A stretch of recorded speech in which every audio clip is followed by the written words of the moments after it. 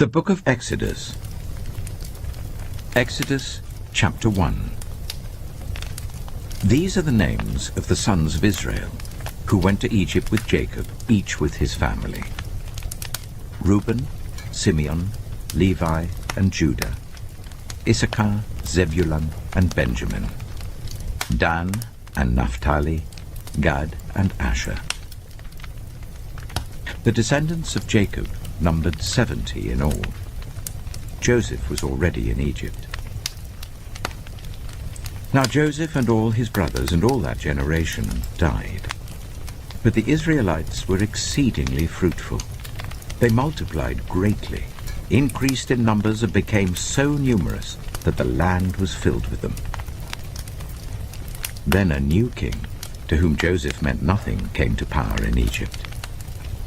"Look," he said to his people, "the Israelites have become far too numerous for us. Come, we must deal shrewdly with them, or they will become even more numerous, and if war breaks out, will join our enemies, fight against us, and leave the country." So they put slave masters over them to oppress them with forced labor, and they built Pithom and Ramesses as store cities for Pharaoh. But the more they were oppressed, the more they multiplied and spread. So the Egyptians came to dread the Israelites and worked them ruthlessly. They made their lives bitter with harsh labor in brick and mortar and with all kinds of work in the fields. In all their harsh labor, the Egyptians worked them ruthlessly. The king of Egypt said to the Hebrew midwives, whose names were Shiphrah and Puah, "When you are helping the Hebrew women during childbirth on the delivery stool, if you see that the baby is a boy, kill him. But if it is a girl, let her live." The midwives, however, feared God and did not do what the king of Egypt had told them to do. They let the boys live. Then the king of Egypt summoned the midwives and asked them, "Why have you done this? Why have you let the boys live?" The midwives answered Pharaoh, "Hebrew women are not like Egyptian women. They are vigorous and give birth before the midwives arrive." So God was kind to the midwives, and the people increased and became even more numerous. And because the midwives feared God, he gave them families of their own. Then Pharaoh gave this order to all his people: "Every Hebrew boy that is born you must throw into the Nile, but let every girl live." Exodus chapter 2. Now a man of the tribe of Levi married a Levite woman, and she became pregnant and gave birth to a son. When she saw that he was a fine child, she hid him for 3 months. But when she could hide him no longer, she got a papyrus basket for him and coated it with tar and pitch. Then she placed the child in it and put it among the reeds along the bank of the Nile.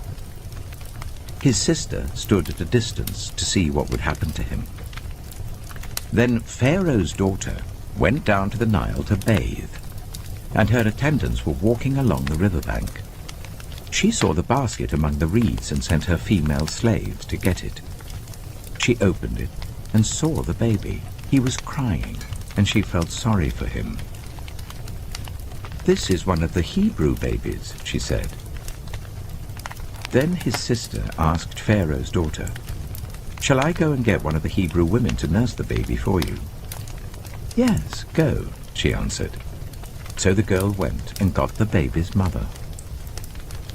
Pharaoh's daughter said to her, "Take this baby and nurse him for me, and I will pay you." So the woman took the baby and nursed him. When the child grew older, she took him to Pharaoh's daughter, and he became her son.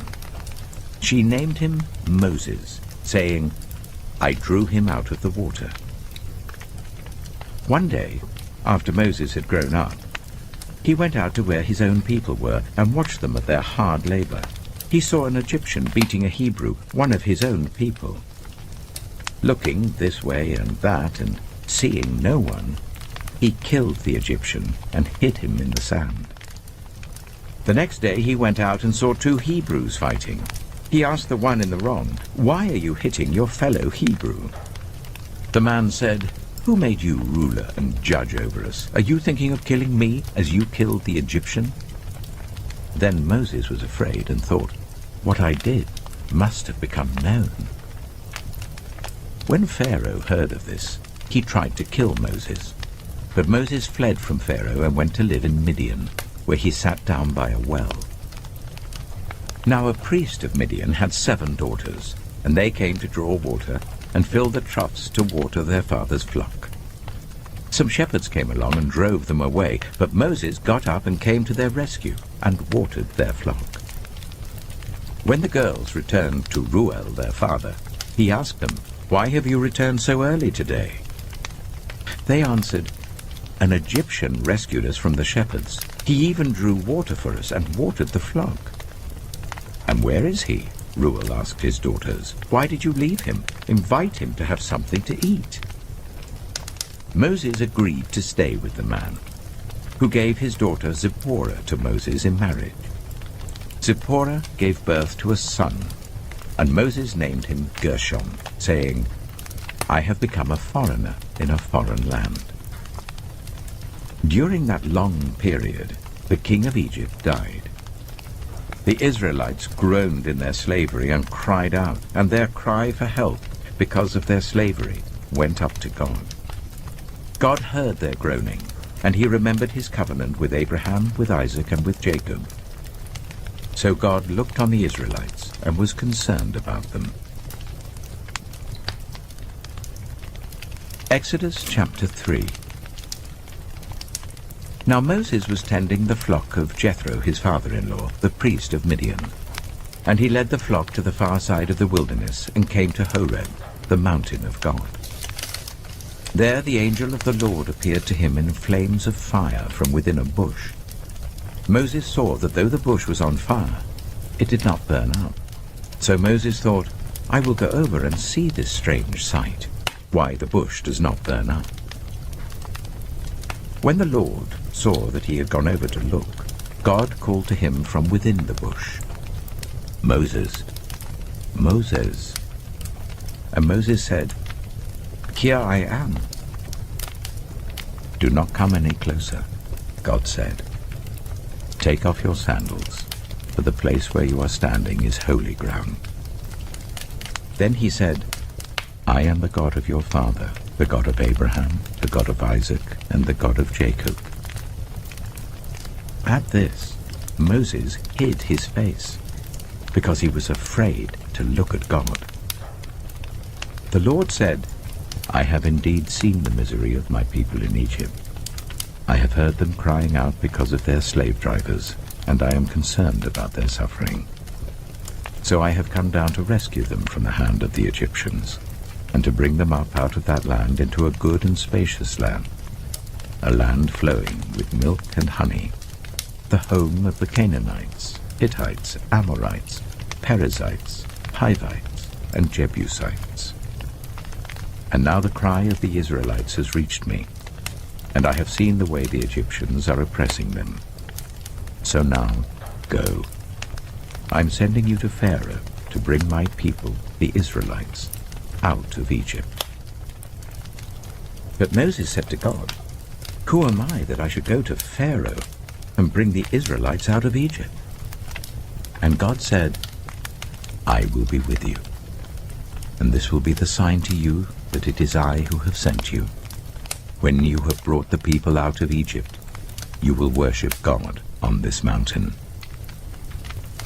Moses said to God, "Suppose I go to the Israelites and say to them, 'The God of your fathers has sent me to you,' and they ask me, 'What is his name?'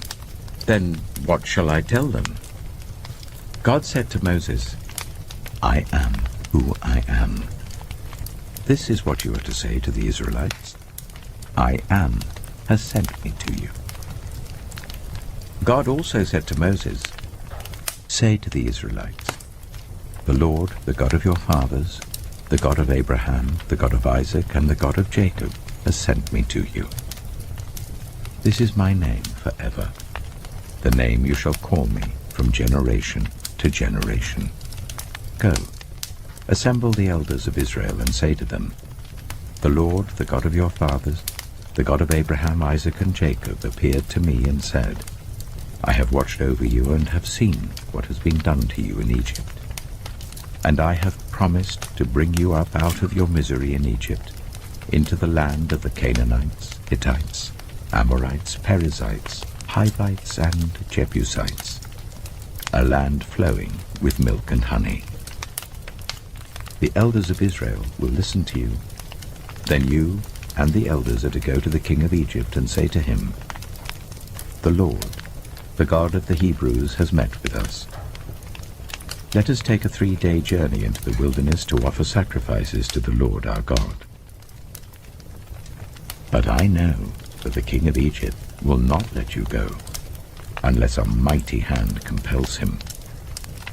So I will stretch out my hand and strike the Egyptians with all the wonders that I will perform among them.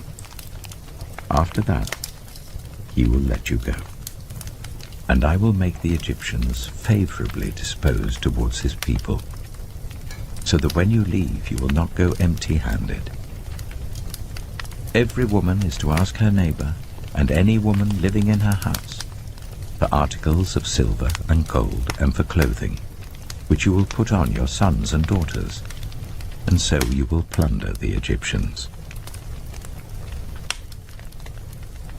Exodus chapter 4. Moses answered, What if they do not believe me or listen to me and say, The Lord did not appear to you? Then the Lord said to him, What is that in your hand? A staff, he replied. The Lord said, Throw it on the ground. Moses threw it on the ground, and it became a snake, and he ran from it. Then the Lord said to him, Reach out your hand and take it by the tail. So Moses reached out and took hold of the snake, and it turned back into a staff in his hand.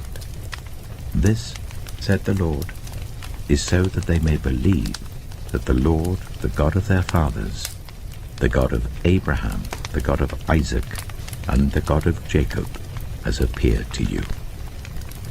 Then the Lord said, Put your hand inside your cloak. So Moses put his hand into his cloak, and when he took it out, the skin was leprous.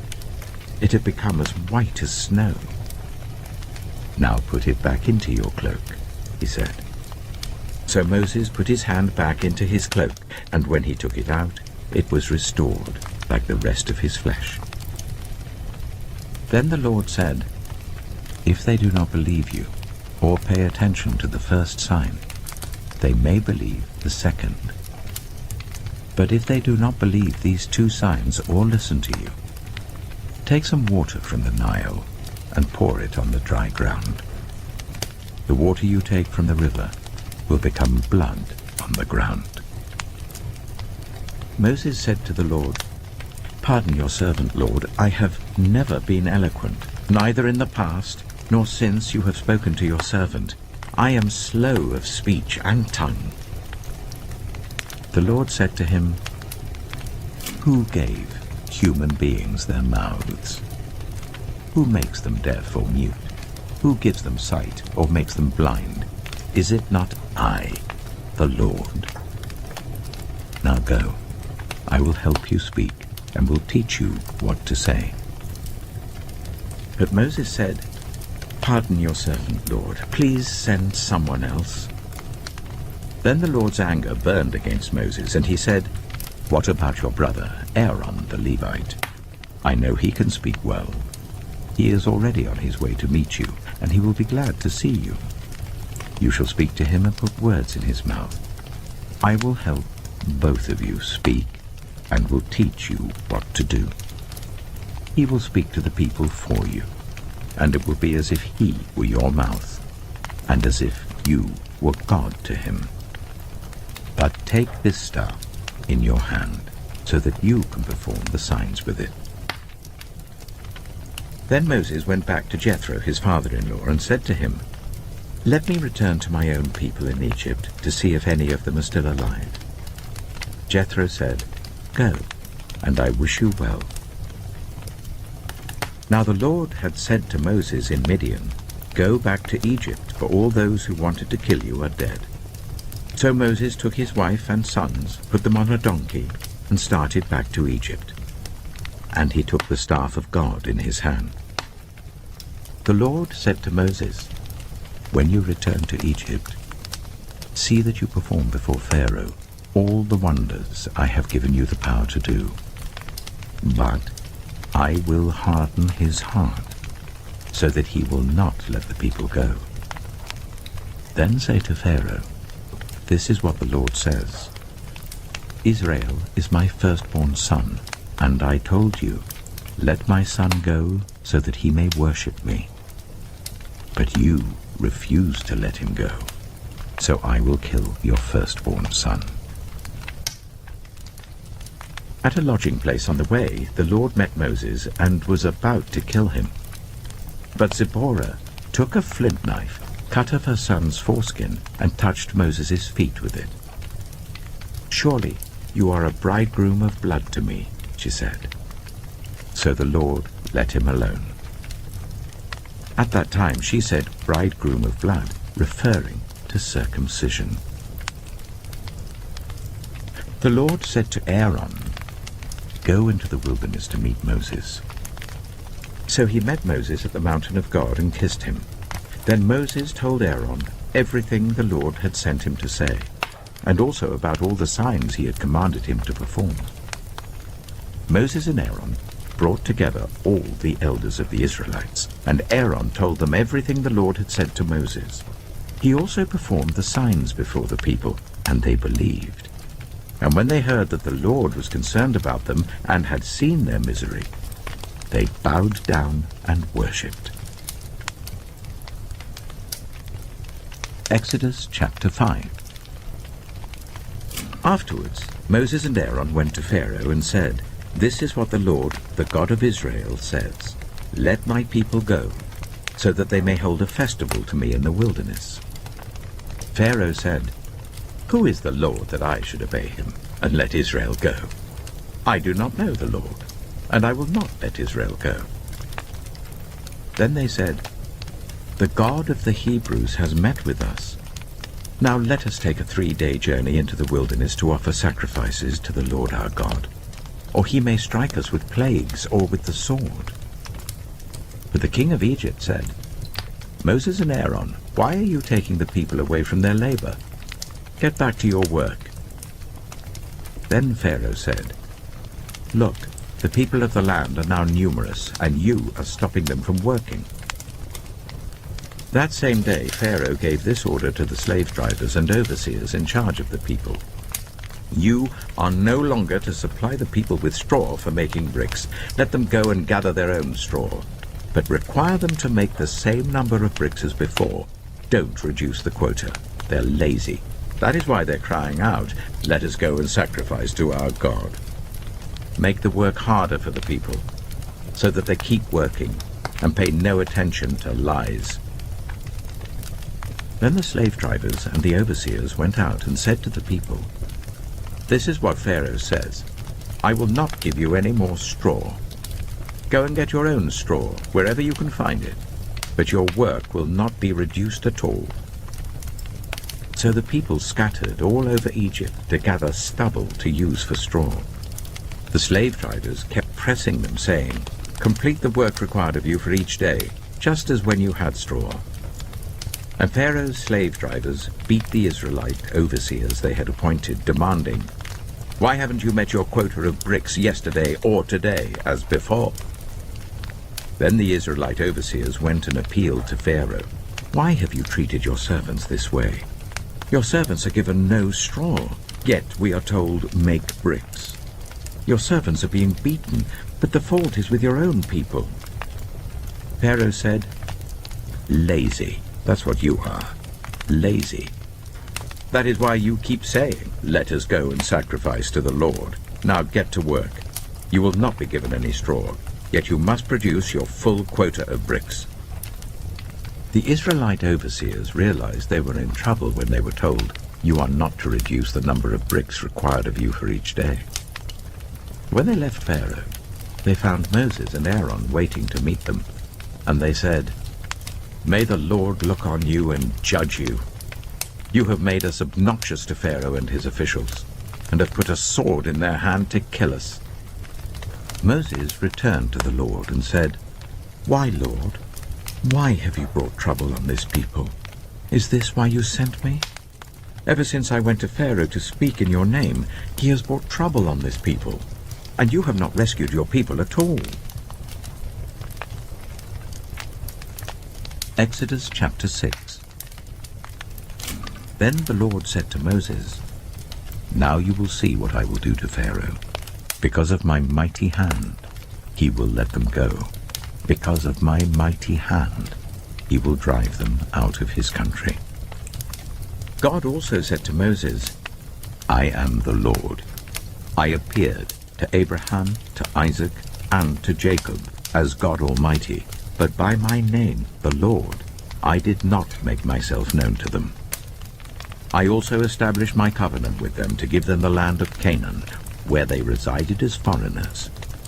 Moreover, I have heard the groaning of the Israelites, whom the Egyptians are enslaving, and I have remembered my covenant. Therefore say to the Israelites, I am the Lord, and I will bring you out from under the yoke of the Egyptians. I will free you from being slaves to them. I will redeem you with an outstretched arm and with mighty acts of judgment. I will take you as my own people, and I will be your God. Then you will know that I am the Lord your God, who has brought you out from under the yoke of the Egyptians, and I will bring you to the land I swore with uplifted hand to give to Abraham, to Isaac, and to Jacob. I will give it to you as a possession. I am the Lord." Moses reported this to the Israelites, but they did not listen to him because of their discouragement and harsh labor. Then the Lord said to Moses, "Go, tell Pharaoh, king of Egypt, to let the Israelites go out of his country."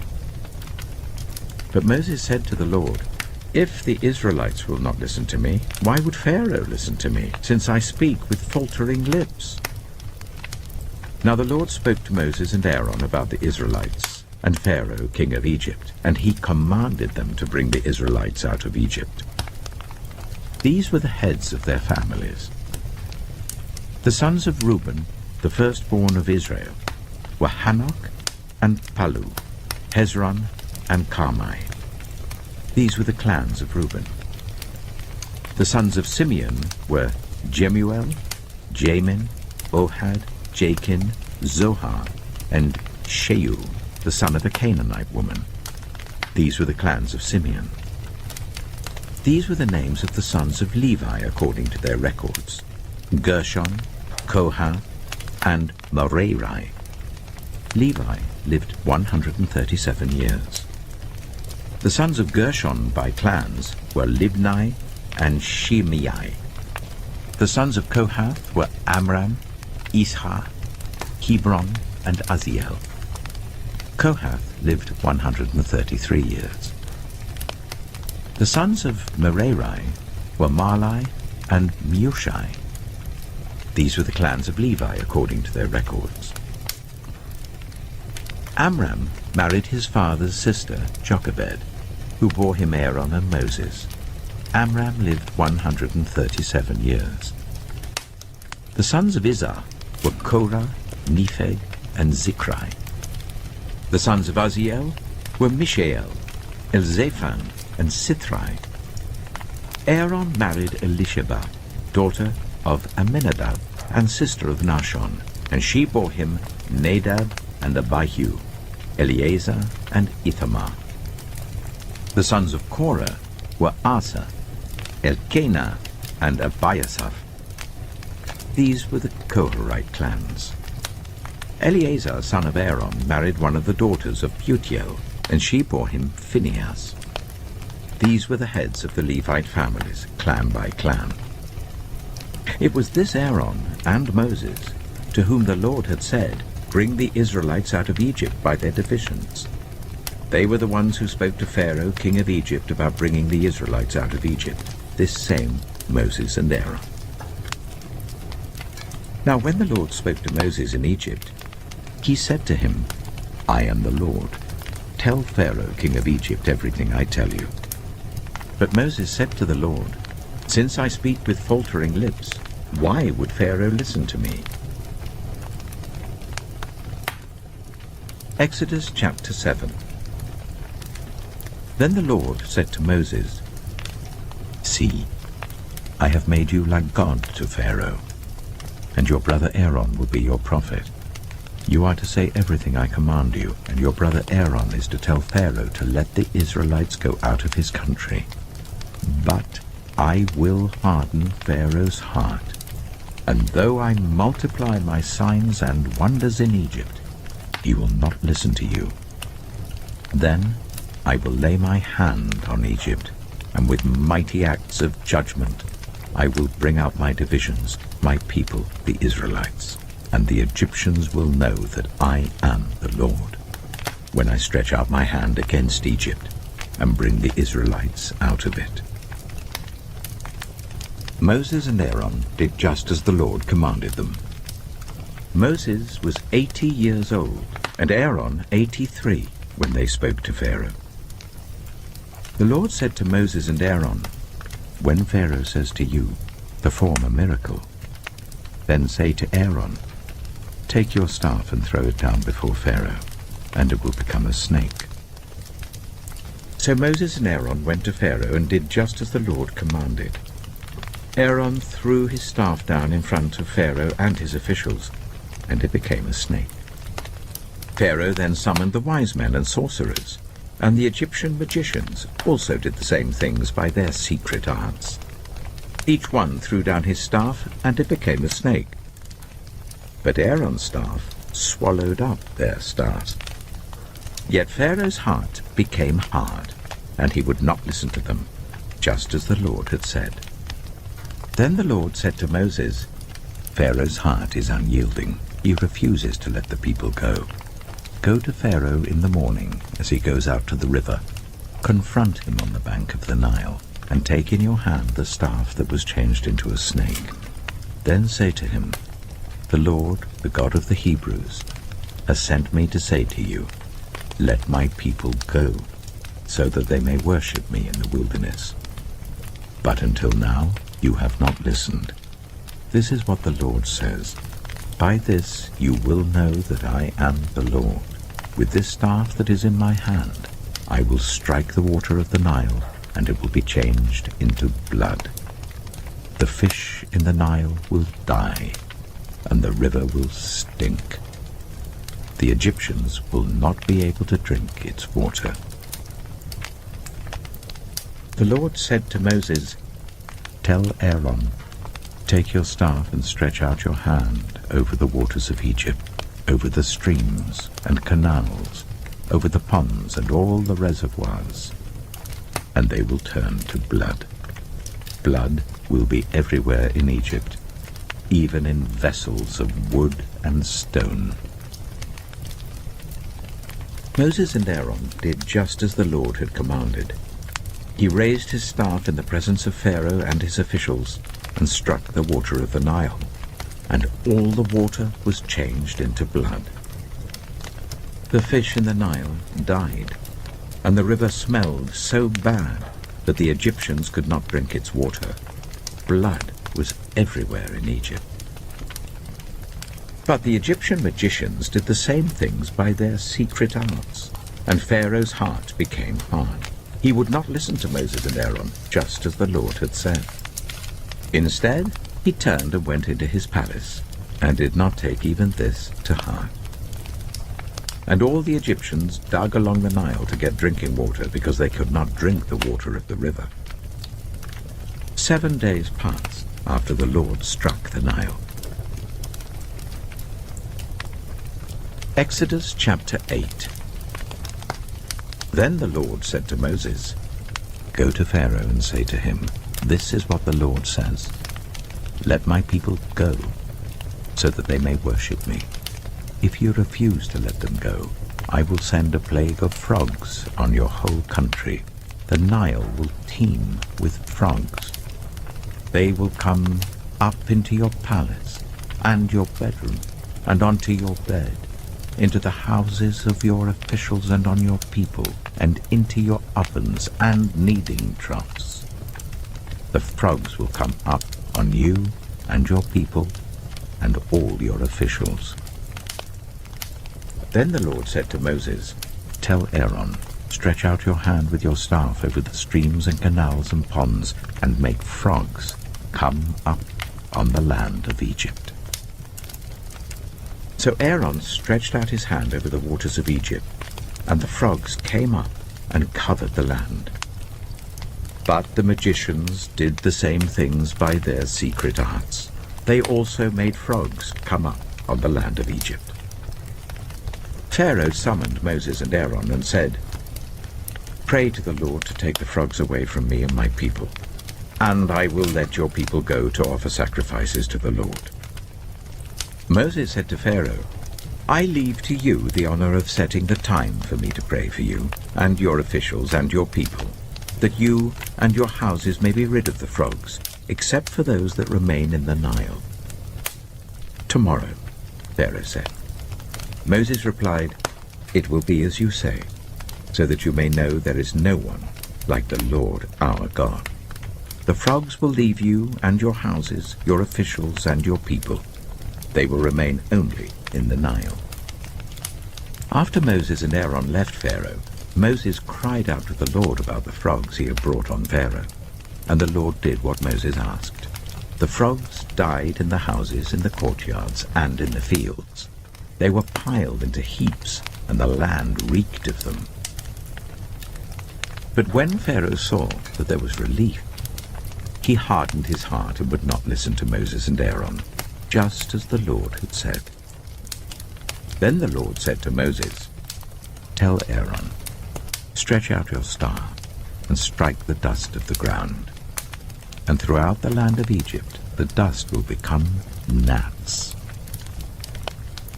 They did this, and when Aaron stretched out his hand with the staff and struck the dust of the ground, gnats came on people and animals. All the dust throughout the land of Egypt became gnats. But when the magicians tried to produce gnats by their secret arts, they could not. Since the gnats were on people and animals everywhere, the magicians said to Pharaoh, "This is the finger of God." But Pharaoh's heart was hard, and he would not listen, just as the Lord had said. Then the Lord said to Moses, "Get up early in the morning and confront Pharaoh as he goes to the river, and say to him, 'This is what the Lord says. Let my people go, so that they may worship me. If you do not let my people go, I will send swarms of flies on you and your officials, on your people and into your houses. The houses of the Egyptians will be full of flies. Even the ground will be covered with them. But on that day, I will deal differently with the land of Goshen, where my people live. No swarms of flies will be there, so that you will know that I, the Lord, am in this land. I will make a distinction between my people and your people.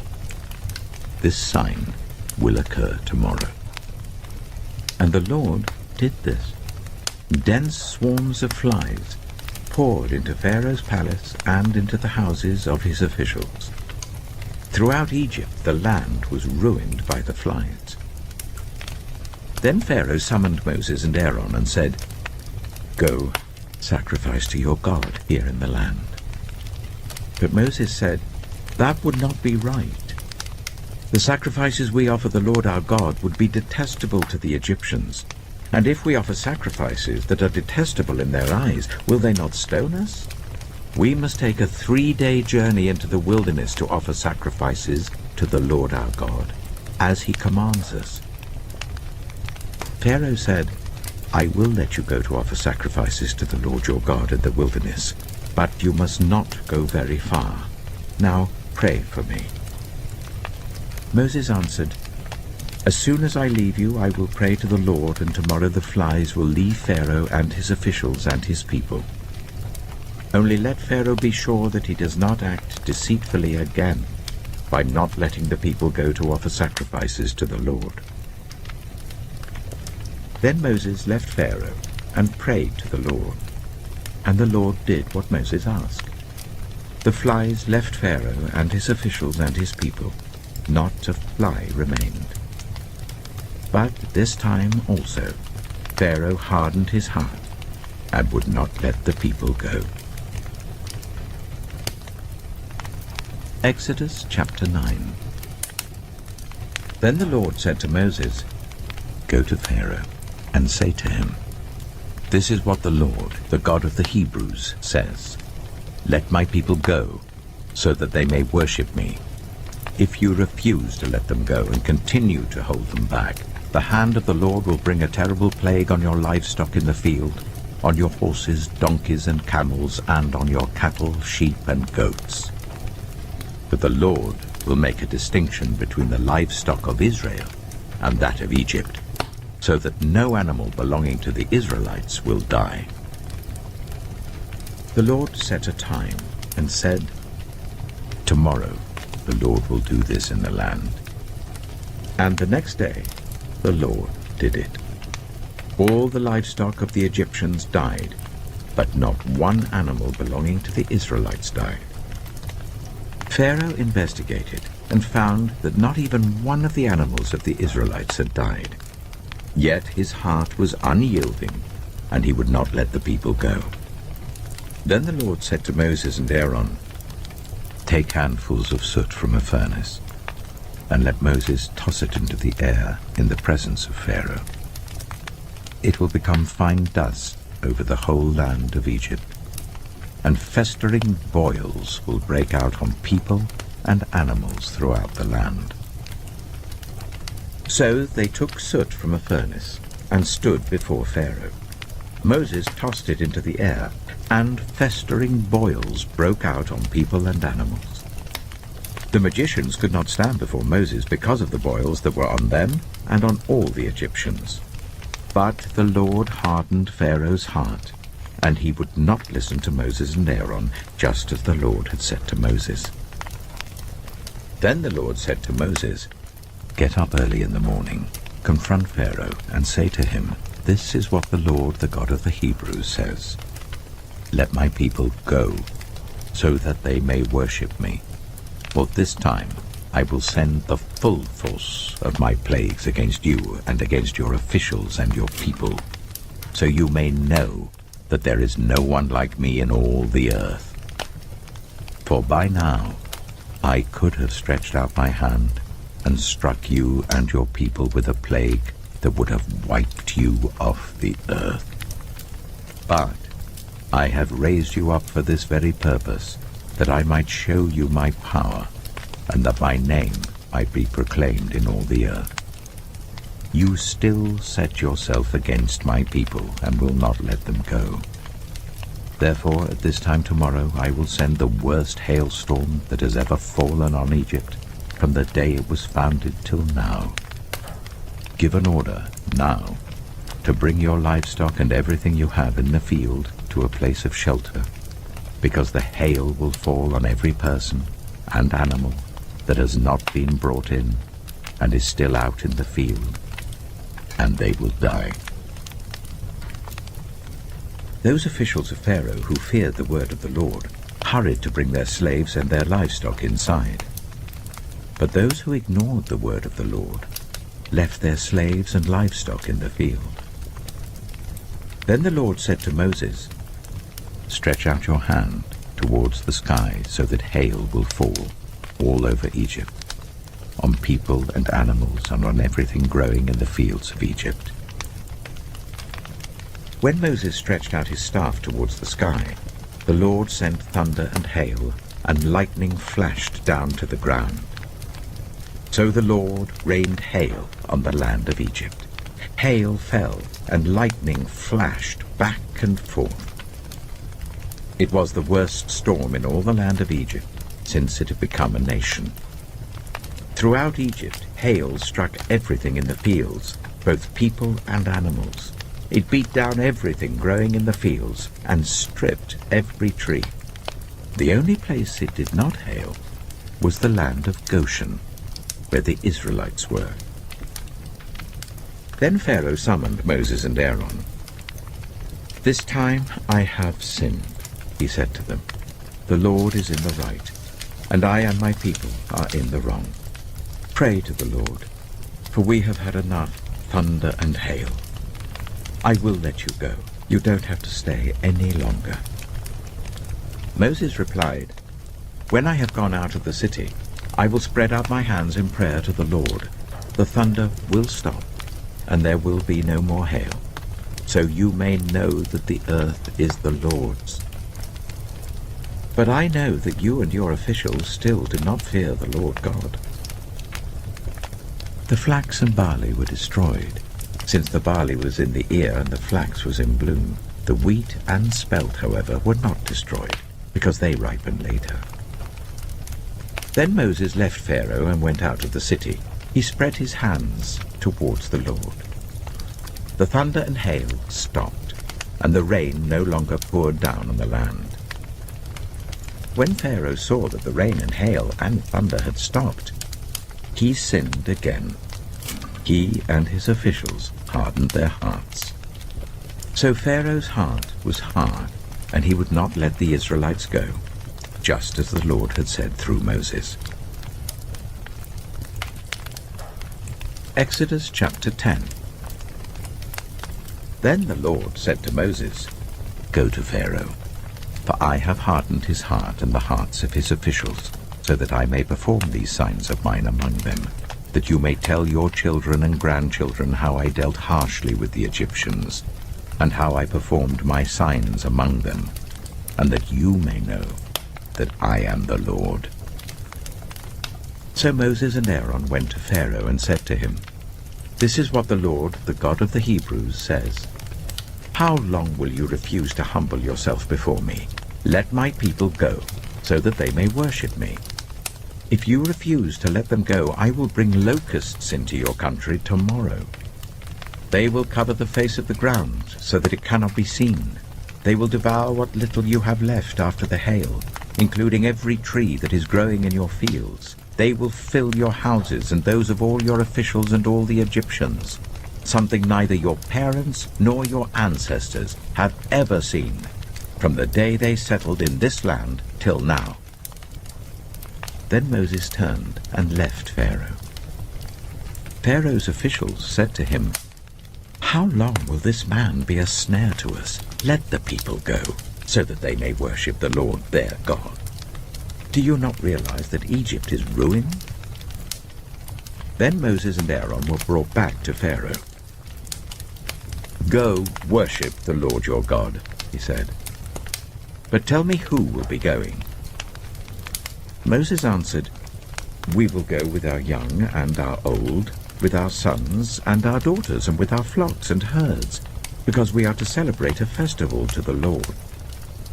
Pharaoh said, "The Lord be with you, if I let you go, along with your women and children. Clearly you are bent on evil. No, let only the men go and worship the Lord, since that's what you've been asking for." Then Moses and Aaron were driven out of Pharaoh's presence. And the Lord said to Moses, "Stretch out your hand over Egypt, so that locusts swarm over the land and devour everything growing in the fields, everything left by the hail." So Moses stretched out his staff over Egypt, and the Lord made an east wind blow across the land all that day and all that night. By morning the wind had brought the locusts. They invaded all Egypt, and settled down in every area of the country in great numbers. Never before had there been such a plague of locusts, nor will there ever be again. They covered all the ground until it was black. They devoured all that was left after the hail, everything growing in the fields and the fruit on the trees. Nothing green remained on tree or plant in all the land of Egypt. Pharaoh quickly summoned Moses and Aaron and said, "I have sinned against the Lord your God and against you. Now forgive my sin once more. and pray to the Lord your God to take this deadly plague away from me." Moses then left Pharaoh and prayed to the Lord. And the Lord changed the wind to a very strong west wind, which caught up the locusts and carried them into the Red Sea. Not a locust was left anywhere in Egypt. But the Lord hardened Pharaoh's heart, and he would not let the Israelites go. Then the Lord said to Moses, "Stretch out your hand towards the sky, so that darkness spreads over Egypt, darkness that can be felt." So Moses stretched out his hand towards the sky, and total darkness covered all Egypt for 3 days. No one could see anyone else or move about for 3 days. Yet all the Israelites had light in the places where they lived. Then Pharaoh summoned Moses and said, "Go, worship the Lord. Even your women and children may go with you, only leave your flocks and herds behind." But Moses said, "You must allow us to have sacrifices and burnt offerings to present to the Lord our God. Our livestock, too, must go with us. Not a hoof is to be left behind. We have to use some of them in worshipping the Lord our God. And until we get there, we will not know what we are to use to worship the Lord." But the Lord hardened Pharaoh's heart, and he was not willing to let them go. Pharaoh said to Moses, "Get out of my sight. Make sure you do not appear before me again. The day you see my face, you will die." "Just as you say," Moses replied. "I will never appear before you again." Exodus chapter 11. Now the Lord said to Moses, "I will bring one more plague on Pharaoh and on Egypt. After that, he will let you go from here, and when he does, he will drive you out completely. Tell the people that men and women alike are to ask their neighbors for articles of silver and gold." The Lord made the Egyptians favorably disposed towards the people, and Moses himself was highly regarded in Egypt by Pharaoh's officials and by the people. So Moses said, "This is what the Lord says. About midnight I will go throughout Egypt. Every firstborn son in Egypt will die, from the firstborn son of Pharaoh who sits on the throne to the firstborn son of the female slave who is at her handmill, and all the firstborn of the cattle as well. There will be loud wailing throughout Egypt, worse than there has ever been or ever will be again. But among the Israelites, not a dog will bark at any person or animal. Then you will know that the Lord makes a distinction between Egypt and Israel. All these officials of yours will come to me, bowing down before me, and saying, 'Go, you and all the people who follow you.' After that, I will leave." Then Moses, hot with anger, left Pharaoh. The Lord had said to Moses, "Pharaoh will refuse to listen to you, so that my wonders may be multiplied in Egypt." Moses and Aaron performed all these wonders before Pharaoh, but the Lord hardened Pharaoh's heart, and he would not let the Israelites go out of his country. Exodus chapter 12. The Lord said to Moses and Aaron in Egypt, "This month is to be for you the first month of your year. Tell the whole community of Israel that on the 10th day of this month, each man is to take a lamb for his family, one for each household. If any household is too small for a whole lamb, they must share one with their nearest neighbor, having taken into account the number of people there are. You are to determine the amount of lamb needed in accordance with what each person will eat. The animals you choose must be year-old males, without defect, and you may take them from the sheep or the goats. Take care of them until the 14th day of the month, when all the members of the community of Israel must slaughter them at twilight. Then they are to take some of the blood and put it on the sides and tops of the door frames of the houses where they eat the lambs. That same night they are to eat the meat roasted over the fire, along with bitter herbs and bread made without yeast. Do not eat the meat raw or boiled in water, but roasted over a fire, with the head, legs, and internal organs. Do not leave any of it till morning. If some is left till morning, you must burn it. This is how you are to eat it, with your cloak tucked into your belt, your sandals on your feet, and your staff in your hand. Eat it in haste. It is the Lord's Passover. On that same night, I will pass through Egypt, and strike down every firstborn of both people and animals, and I will bring judgment on all the gods of Egypt. I am the Lord. The blood will be a sign for you on the houses where you are, and when I see the blood, I will pass over you. No destructive plague will touch you when I strike Egypt. This is a day you are to commemorate. For the generations to come you shall celebrate it as a festival to the Lord, a lasting ordinance. For 7 days you are to eat bread made without yeast. On the first day remove the yeast from your houses, for whoever eats anything with yeast in it from the first day until the 7th must be cut off from Israel. On the first day hold a sacred assembly, and another one on the 7th day. Do no work at all on these days, except to prepare food for everyone to eat. That is all you may do. Celebrate the festival of unleavened bread, because it was on this very day that I brought your divisions out of Egypt. Celebrate this day as a lasting ordinance for the generations to come. In the first month you are to eat bread made without yeast, from the evening of the 14th day until the evening of the 21st day. For 7 days no yeast is to be found in your houses, and anyone, whether foreigner or native born, who eats anything with yeast in it must be cut off from the community of Israel. Eat nothing made with yeast. Wherever you live, you must eat unleavened bread.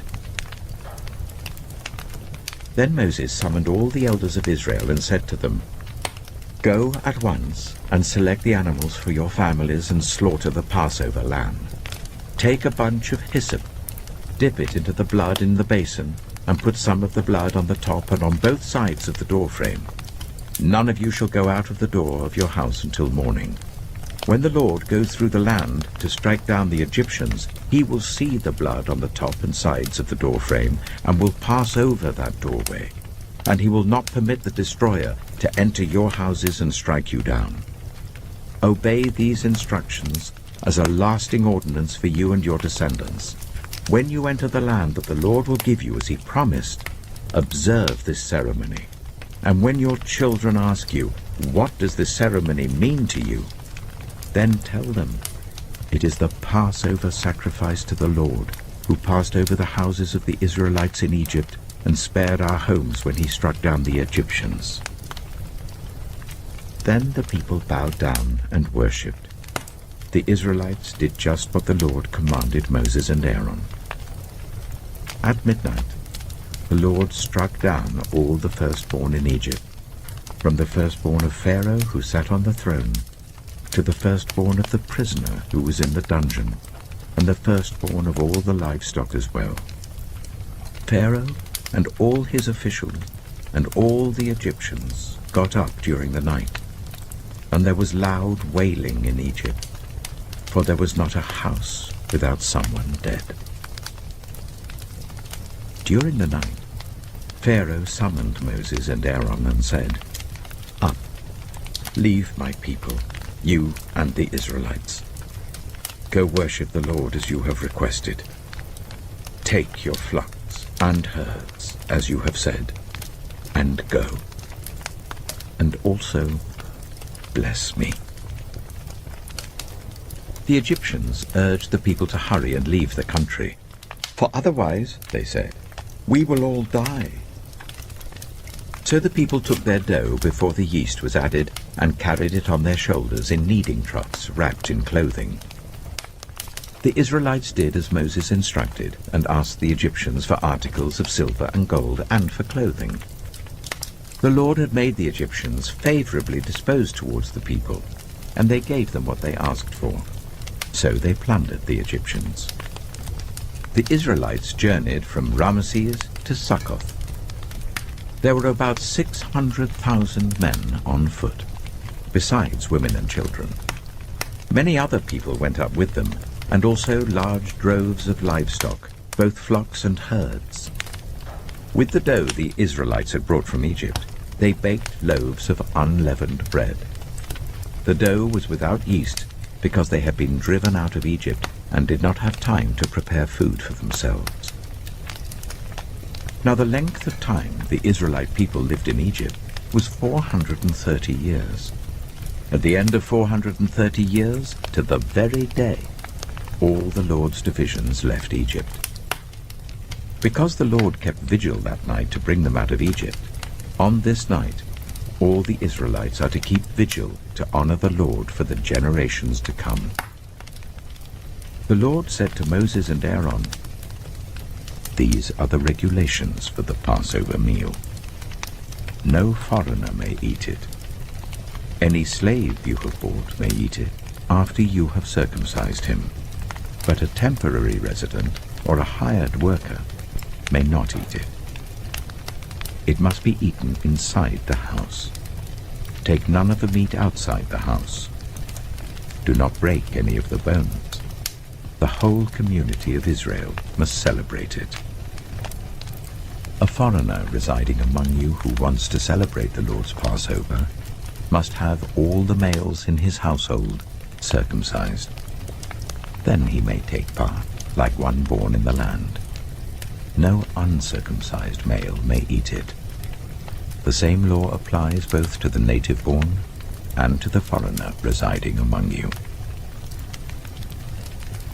All the Israelites did just what the Lord had commanded Moses and Aaron, and on that very day the Lord brought the Israelites out of Egypt by their divisions.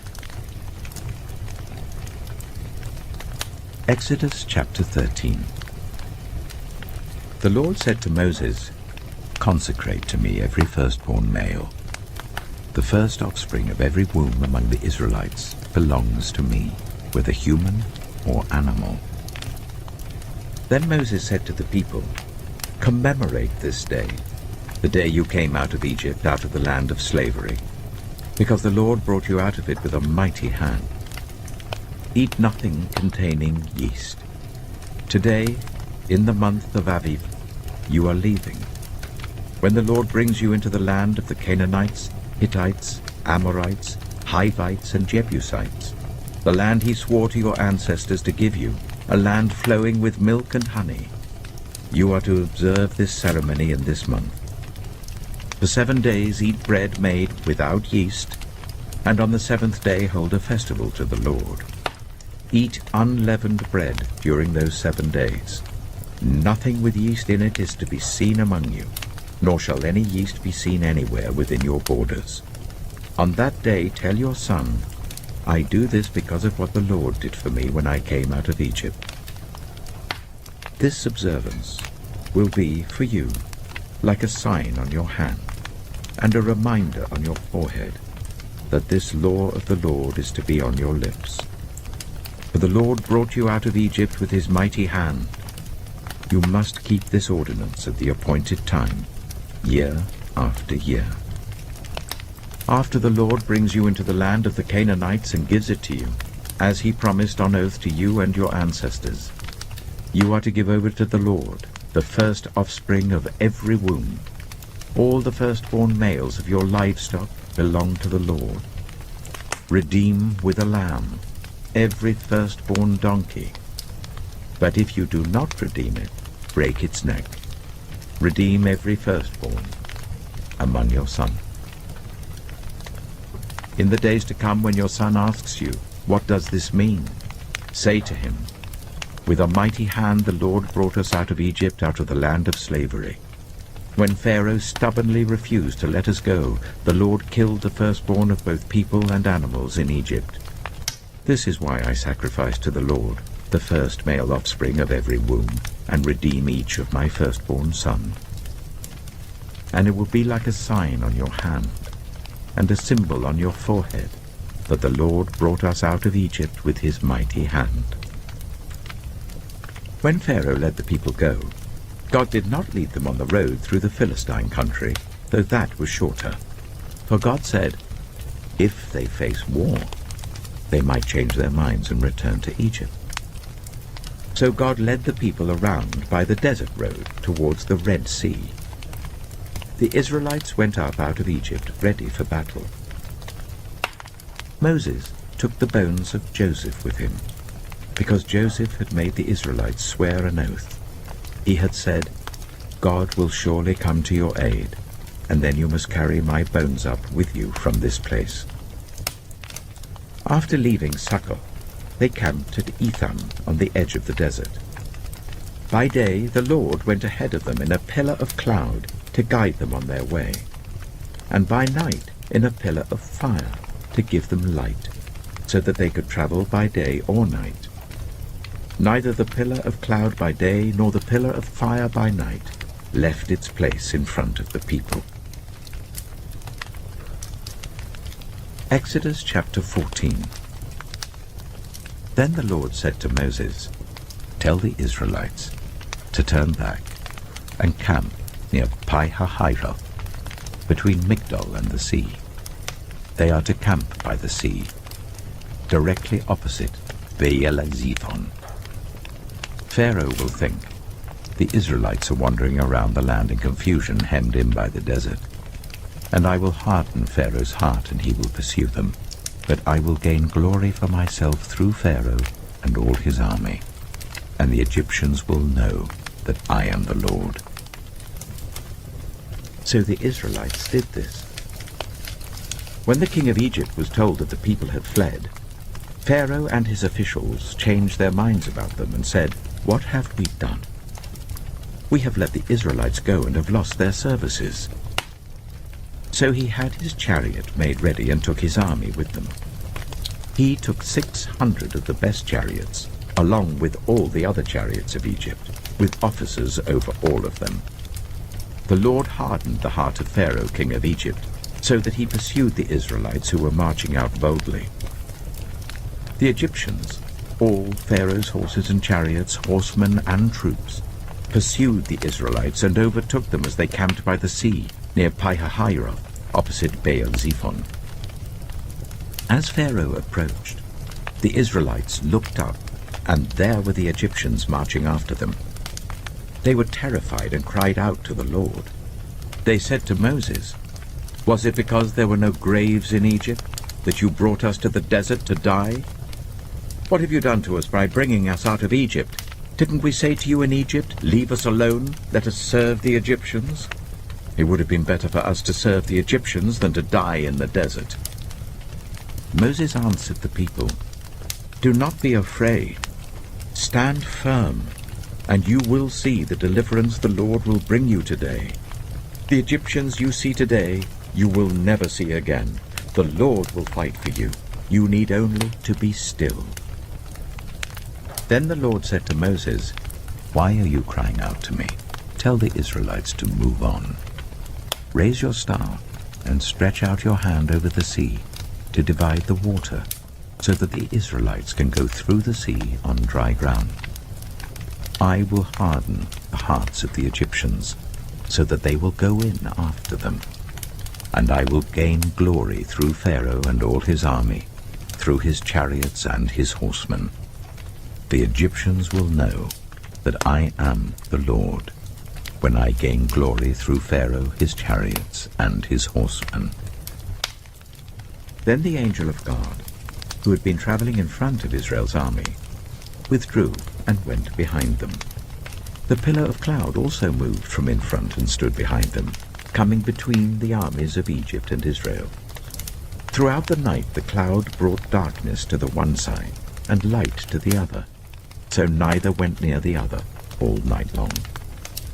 Then Moses stretched out his hand over the sea, and all that night the Lord drove the sea back with a strong east wind and turned it into dry land.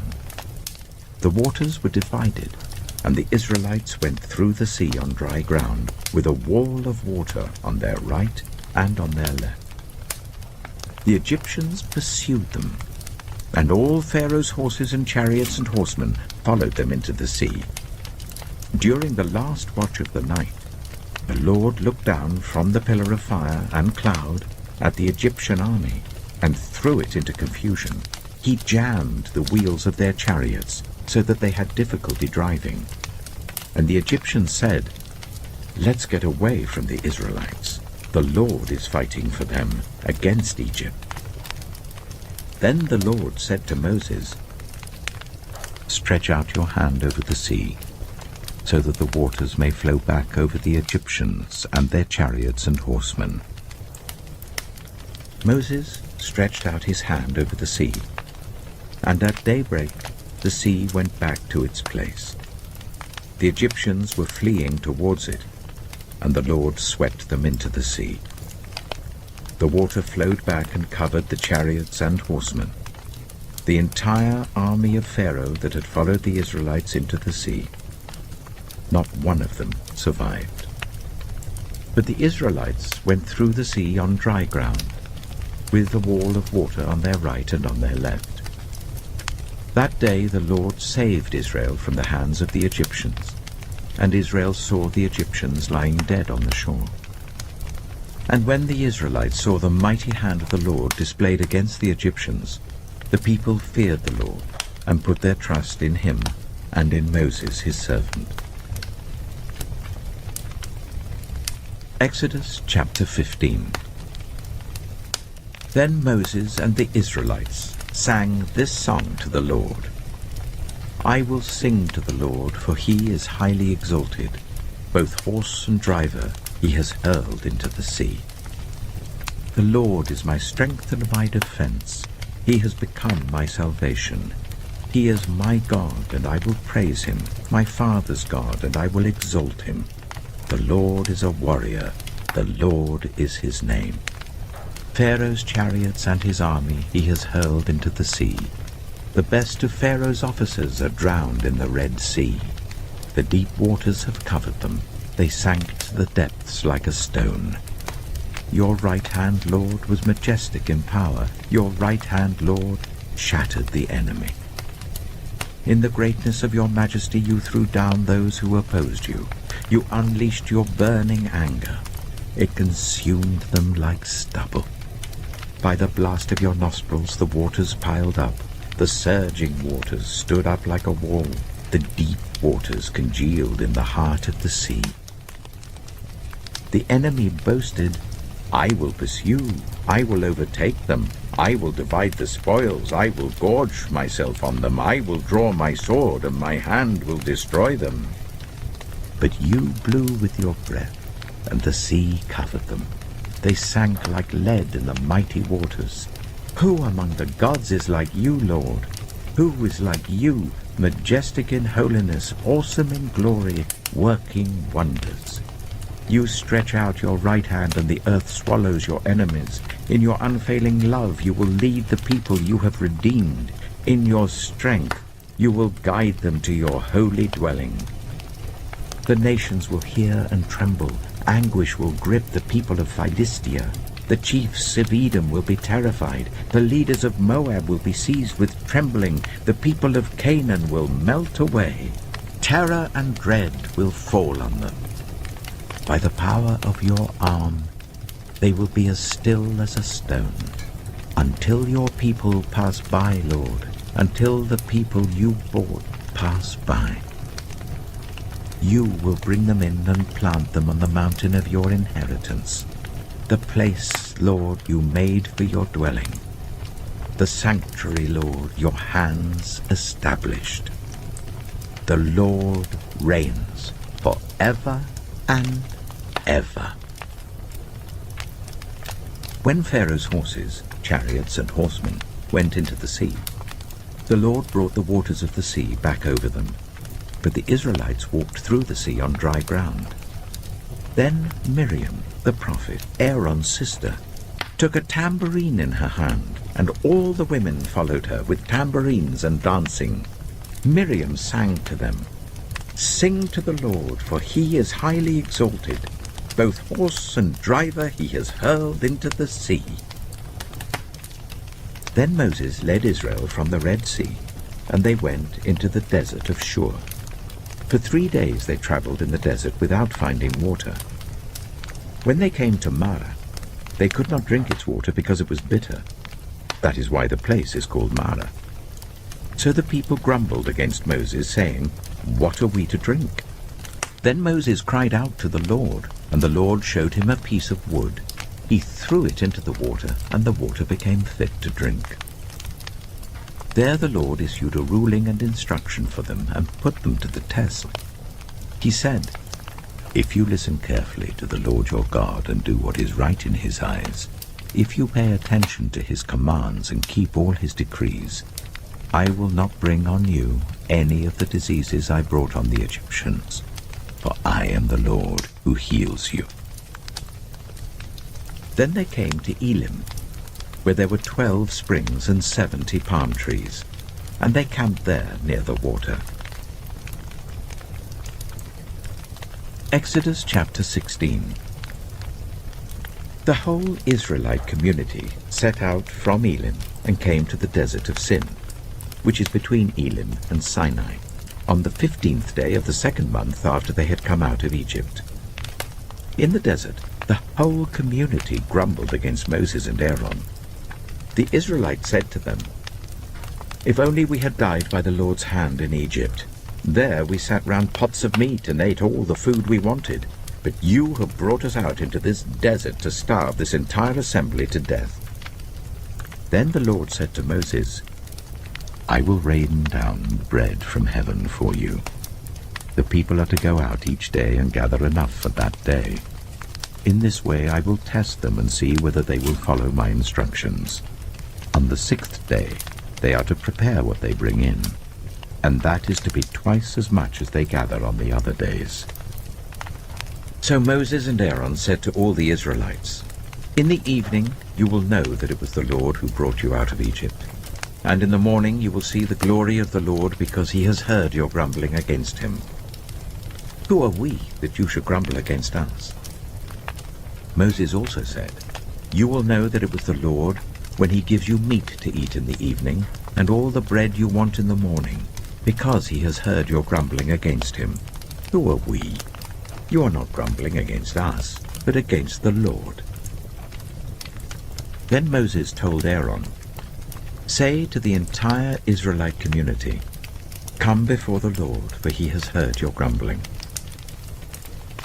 While Aaron was speaking to the whole Israelite community, they looked towards the desert, and there was the glory of the Lord appearing in the cloud.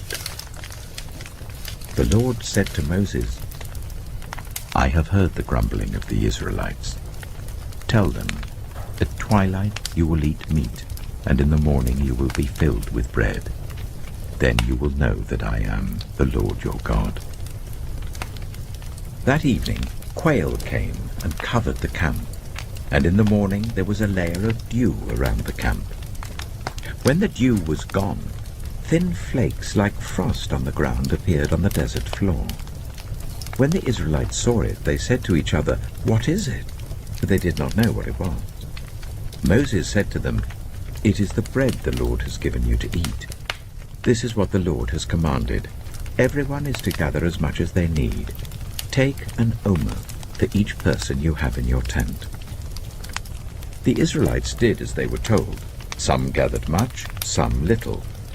And when they measured it by the omer, the one who gathered much did not have too much, and the one who gathered little did not have too little.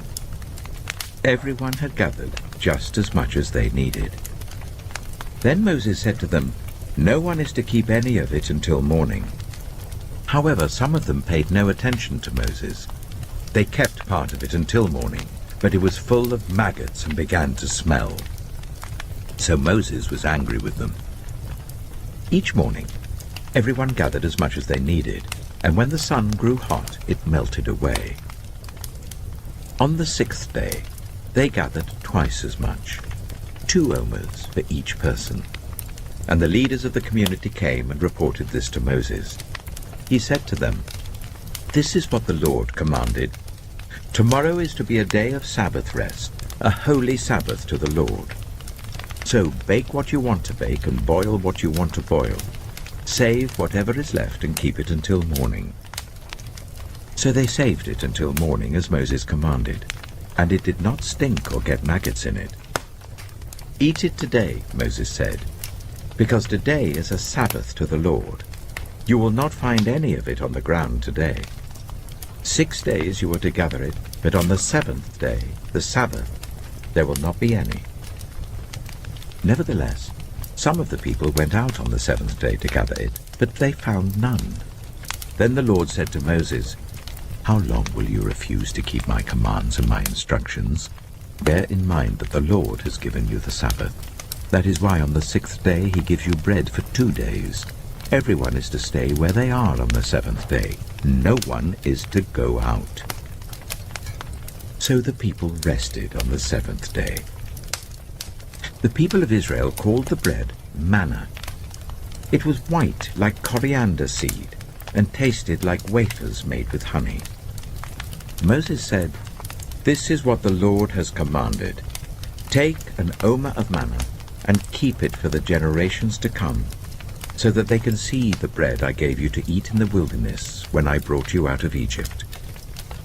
So Moses said to Aaron, "Take a jar and put an omer of manna in it. Then place it before the Lord to be kept for the generations to come." As the Lord commanded Moses, Aaron put the manna with the tablets of the covenant law that it might be preserved. The Israelites ate manna for 40 years, until they came to a land that was settled. They ate manna until they reached the border of Canaan. An omer is 1/10 of an ephah. Exodus chapter 17. The whole Israelite community set out from the desert of Sin, traveling from place to place as the Lord commanded. They camped at Rephidim, but there was no water for the people to drink. So they quarreled with Moses and said, "Give us water to drink." Moses replied, "Why do you quarrel with me? Why do you put the Lord to the test?" But the people were thirsty for water there, and they grumbled against Moses. They said, "Why did you bring us up out of Egypt to make us and our children and our livestock die of thirst?" Then Moses cried out to the Lord, "What am I to do with these people? They are almost ready to stone me." The Lord answered Moses, "Go out in front of the people. Take with you some of the elders of Israel, and take in your hand the staff with which you struck the Nile, and go. I will stand there before you by the rock at Horeb. Strike the rock, and water will come out of it for the people to drink." So Moses did this in the sight of the elders of Israel, and he called the place Massah and Meribah, because the Israelites quarreled, and because they tested the Lord, saying, "Is the Lord among us or not?" The Amalekites came and attacked the Israelites at Rephidim. Moses said to Joshua, "Choose some of our men and go out to fight the Amalekites. Tomorrow I will stand on top of the hill with the staff of God in my hands." So Joshua fought the Amalekites as Moses had ordered, and Moses, Aaron, and Hur went to the top of the hill. As long as Moses held up his hands, the Israelites were winning, but whenever he lowered his hands, the Amalekites were winning. When Moses' hands grew tired, they took a stone and put it under him, and he sat on it. Aaron and Hur held his hands up, one on one side, one on the other, so that his hands remained steady till sunset. So Joshua overcame the Amalekite army with the sword. Then the Lord said to Moses, "Write this on a scroll as something to be remembered, and make sure that Joshua hears it, because I will completely blot out the name of Amalek from under heaven." Moses built an altar and called it, "The Lord is my banner." He said, "Because hands were lifted up against the throne of the Lord will be at war against the Amalekites from generation to generation." Exodus chapter 18. Now Jethro, the priest of Midian and father-in-law of Moses, heard of everything God had done for Moses and for his people Israel, and how the Lord had brought Israel out of Egypt. After Moses had sent away his wife Zipporah, his father-in-law Jethro received her and her 2 sons. One son was named Gershom, for Moses said, "I have become a foreigner in a foreign land." And the other was named Eleazar, for he said, "My father's God was my helper. He saved me from the sword of Pharaoh." Jethro, Moses' father-in-law, together with Moses' sons and wife, came to him in the wilderness where he was camped near the mountain of God. Jethro had sent word to him, "I, your father-in-law Jethro, am coming to you with your wife and her 2 sons." So Moses went out to meet his father-in-law and bowed down and kissed him. They greeted each other and then went into the tent. Moses told his father-in-law about everything the Lord had done to Pharaoh and the Egyptians for Israel's sake, and about all the hardships they had met along the way, and how the Lord had saved them. Jethro was delighted to hear about all the good things the Lord had done for Israel in rescuing them from the hand of the Egyptians. He said, "Praise be to the Lord, who rescued you from the hand of the Egyptians and of Pharaoh, and who rescued the people from the hand of the Egyptians. Now I know that the Lord is greater than all other gods, for he did this to those who had treated Israel arrogantly." Then Jethro, Moses' father-in-law, brought a burnt offering and other sacrifices to God. And Aaron came with all the elders of Israel to eat a meal with Moses' father-in-law in the presence of God. The next day, Moses took his seat to serve as judge for the people, and they stood round him from morning till evening. When his father-in-law saw all that Moses was doing for the people, he said, "What is this you are doing for the people? Why do you alone sit as judge, while all these people stand round you from morning till evening?" Moses answered him, "Because the people come to me to seek God's will. Whenever they have a dispute, it is brought to me, and I decide between the parties and inform them of God's decrees and instructions." Moses' father-in-law replied, "What you are doing is not good. You and these people who come to you will only wear yourselves out. The work is too heavy for you. You cannot handle it alone. Listen now to me, and I will give you some advice, and may God be with you. You must be the people's representative before God and bring their disputes to him. Teach them his decrees and instructions, and show them the way they are to live and how they are to behave. But select capable men from all the people, men who fear God, trustworthy men who hate dishonest gain, and appoint them as officials over thousands, hundreds, fifties, and tens. Let them serve as judges for the people at all times. But let them bring every difficult case to you. The simple cases they can decide themselves. That will make your load lighter, because they will share it with you. If you do this, and God so command, you will be able to stand the strain, and all these people will go home satisfied." Moses listened to his father-in-law and did everything he said. He chose capable men from all Israel and made them leaders of the people, officials over thousands, hundreds, fifties, and tens. They served as judges for the people at all times. The difficult cases they brought to Moses, but the simple ones they decided themselves. Then Moses sent his father-in-law on his way, and Jethro returned to his own country. Exodus chapter 19. On the first day of the 3rd month, after the Israelites left Egypt, On that very day, they came to the desert of Sinai. After they set out from Rephidim, they entered the desert of Sinai, and Israel camped there in the desert in front of the mountain. Then Moses went up to God, and the Lord called to him from the mountain and said, "This is what you are to say to the descendants of Jacob, and what you are to tell the people of Israel. You yourselves have seen what I did to Egypt, and how I carried you on eagle's wings and brought you to myself. Now, if you obey me fully and keep my covenant, then out of all nations you will be my treasured possession. Although the whole earth is mine, you will be for me a kingdom of priests and a holy nation. These are the words you are to speak to the Israelites." So Moses went back and summoned the elders of the people, and set before them all the words the Lord had commanded him to speak.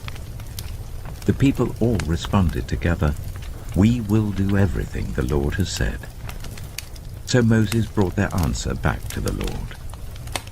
The Lord said to Moses, "I am going to come to you in a dense cloud, so that the people will hear me speaking with you and will always put their trust in you."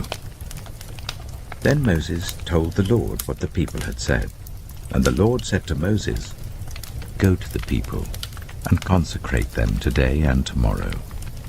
Make them wash their clothes and be ready by the third day, because on that day the Lord will come down on Mount Sinai in the sight of all the people.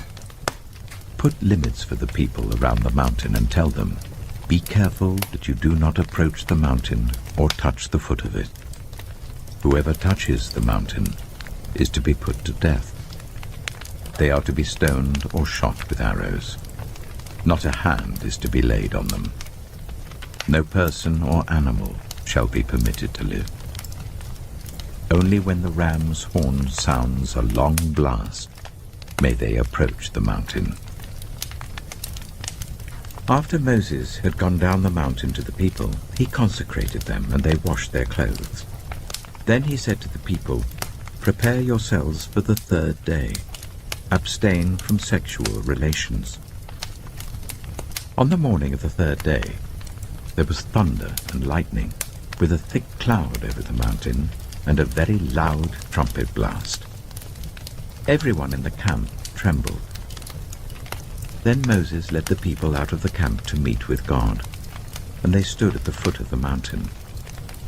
Mount Sinai was covered with smoke, because the Lord descended on it in fire. The smoke billowed up from it like smoke from a furnace, and the whole mountain trembled violently. As the sound of the trumpet grew louder and louder, Moses spoke, and the voice of God answered him. The Lord descended to the top of Mount Sinai and called Moses to the top of the mountain. So Moses went up, and the Lord said to him, "Go down and warn the people, so they do not force their way through to see the Lord, and many of them perish. Even the priests who approach the Lord must consecrate themselves, or the Lord will break out against them." Moses said to the Lord, "The people cannot come up Mount Sinai because you yourself warned us. Put limits around the mountain and set it apart as holy." The Lord replied, "Go down and bring Aaron up with you, but the priests and the people must not force their way through to come up to the Lord, or he will break out against them." So Moses went down to the people and told them. Exodus chapter 20. And God spoke all these words: "I am the Lord your God, who brought you out of Egypt, out of the land of slavery. You shall have no other gods before me. You shall not make for yourself an image in the form of anything in heaven above, or on the earth beneath, or in the waters below. You shall not bow down to them or worship them. For I, the Lord your God, am a jealous God, punishing the children for the sin of the parents to the third and fourth generation of those who hate me, but showing love to 1,000 generations of those who love me and keep my commandments. You shall not misuse the name of the Lord your God, for the Lord will not hold anyone guiltless who misuses his name. Remember the Sabbath day by keeping it holy. 6 days you shall labor and do all your work, but the seventh day is a Sabbath to the Lord your God. On it you shall not do any work, neither you, nor your son or daughter, nor your male or female servant, nor your animals, nor any foreigner residing in your towns. For in 6 days the Lord made the heavens and the earth, the sea, and all that is in them, but he rested on the seventh day. Therefore the Lord blessed the Sabbath day and made it holy. Honor your father and your mother, so that you may live long in the land the Lord your God is giving you. You shall not murder. You shall not commit adultery. You shall not steal. You shall not give false testimony against your neighbor. You shall not covet your neighbor's house. You shall not covet your neighbor's wife, or his male or female servant, his ox or donkey, or anything that belongs to your neighbor. When the people saw the thunder and lightning and heard the trumpet and saw the mountain in smoke, they trembled with fear. They stayed at a distance and said to Moses, "Speak to us yourself and we will listen, but do not let God speak to us or we will die." Moses said to the people, "Do not be afraid. God has come to test you, so that the fear of God will be with you, to keep you from sinning." The people remained at a distance, while Moses approached the thick darkness where God was. Then the Lord said to Moses, "Tell the Israelites this. You have seen for yourselves that I have spoken to you from heaven. Do not make any gods to be alongside me. Do not make for yourselves gods of silver or gods of gold. Make an altar of earth for me, and sacrifice on it your burnt offerings and fellowship offerings, your sheep and goats and your cattle. Wherever I cause my name to be honored, I will come to you and bless you. If you make an altar of stones for me, do not build it with dressed stones, for you will defile it if you use a tool on it. And do not go up to my altar on steps, or your private parts may be exposed." Exodus chapter 21. These are the laws you are to set before them. If you buy a Hebrew servant, he is to serve you for 6 years, but in the 7th year he shall go free without paying anything. If he comes alone, he is to go free alone. But if he has a wife when he comes, she is to go with him. If his master gives him a wife and she bears him sons or daughters, the woman and her children shall belong to her master, and only the man shall go free. But if the servant declares, "I love my master and my wife and children, and do not want to go free," then his master must take him before the judges. He shall take him to the door or the doorpost, and pierce his ear with an awl. Then he will be his servant for life. If a man sells his daughter as a servant, she is not to go free as male servants do. If she does not please the master who has selected her for himself, he must let her be redeemed. He has no right to sell her to foreigners, because he has broken faith with her. If he selects her for his son, he must grant her the rights of a daughter. If he marries another woman, he must not deprive the first one of her food, clothing, and marital rights. If he does not provide her with these 3 things, she is to go free without any payment of money. Anyone who strikes a person with a fatal blow is to be put to death. However, if it is not done intentionally, but God lets it happen, they are to flee to a place I will designate. But if anyone schemes and kills someone deliberately, that person is to be taken from my altar and put to death. Anyone who attacks their father or mother is to be put to death. Anyone who kidnaps someone is to be put to death, whether the victim has been sold or is still in the kidnapper's possession. Anyone who curses their father or mother is to be put to death. If people quarrel and one person hits another with a stone or with their fist, and the victim does not die but is confined to bed, the one who struck the blow will not be held liable if the other can get up and walk around outside with the staff. However, the guilty party must pay the injured person for any loss of time and see that the victim is completely healed. Anyone who beats their male or female slave with a rod must be punished if the slave dies as a direct result. But they are not to be punished if the slave recovers after a day or two, since the slave is their property. If people are fighting and hit a pregnant woman and she gives birth prematurely, but there is no serious injury, the offender must be fined whatever the woman's husband demands and the court allows. But if there is serious injury, you are to take life for life, eye for eye, tooth for tooth, hand for hand, foot for foot, burn for burn, wound for wound, bruise for bruise. An owner who hits a male or female slave in the eye and destroys it must let the slave go free to compensate for the eye. And an owner who knocks out the tooth of a male or female slave must let the slave go free to compensate for the tooth. If a bull gores a man or woman to death, the bull is to be stoned to death, and its meat must not be eaten. But the owner of the bull will not be held responsible. If, however, the bull has had the habit of goring, and the owner has been warned but has not kept it penned up, and it kills a man or woman, the bull is to be stoned, and its owner also is to be put to death. However, if payment is demanded, the owner may redeem his life by the payment of whatever is demanded. This law also applies if the bull gores a son or a daughter.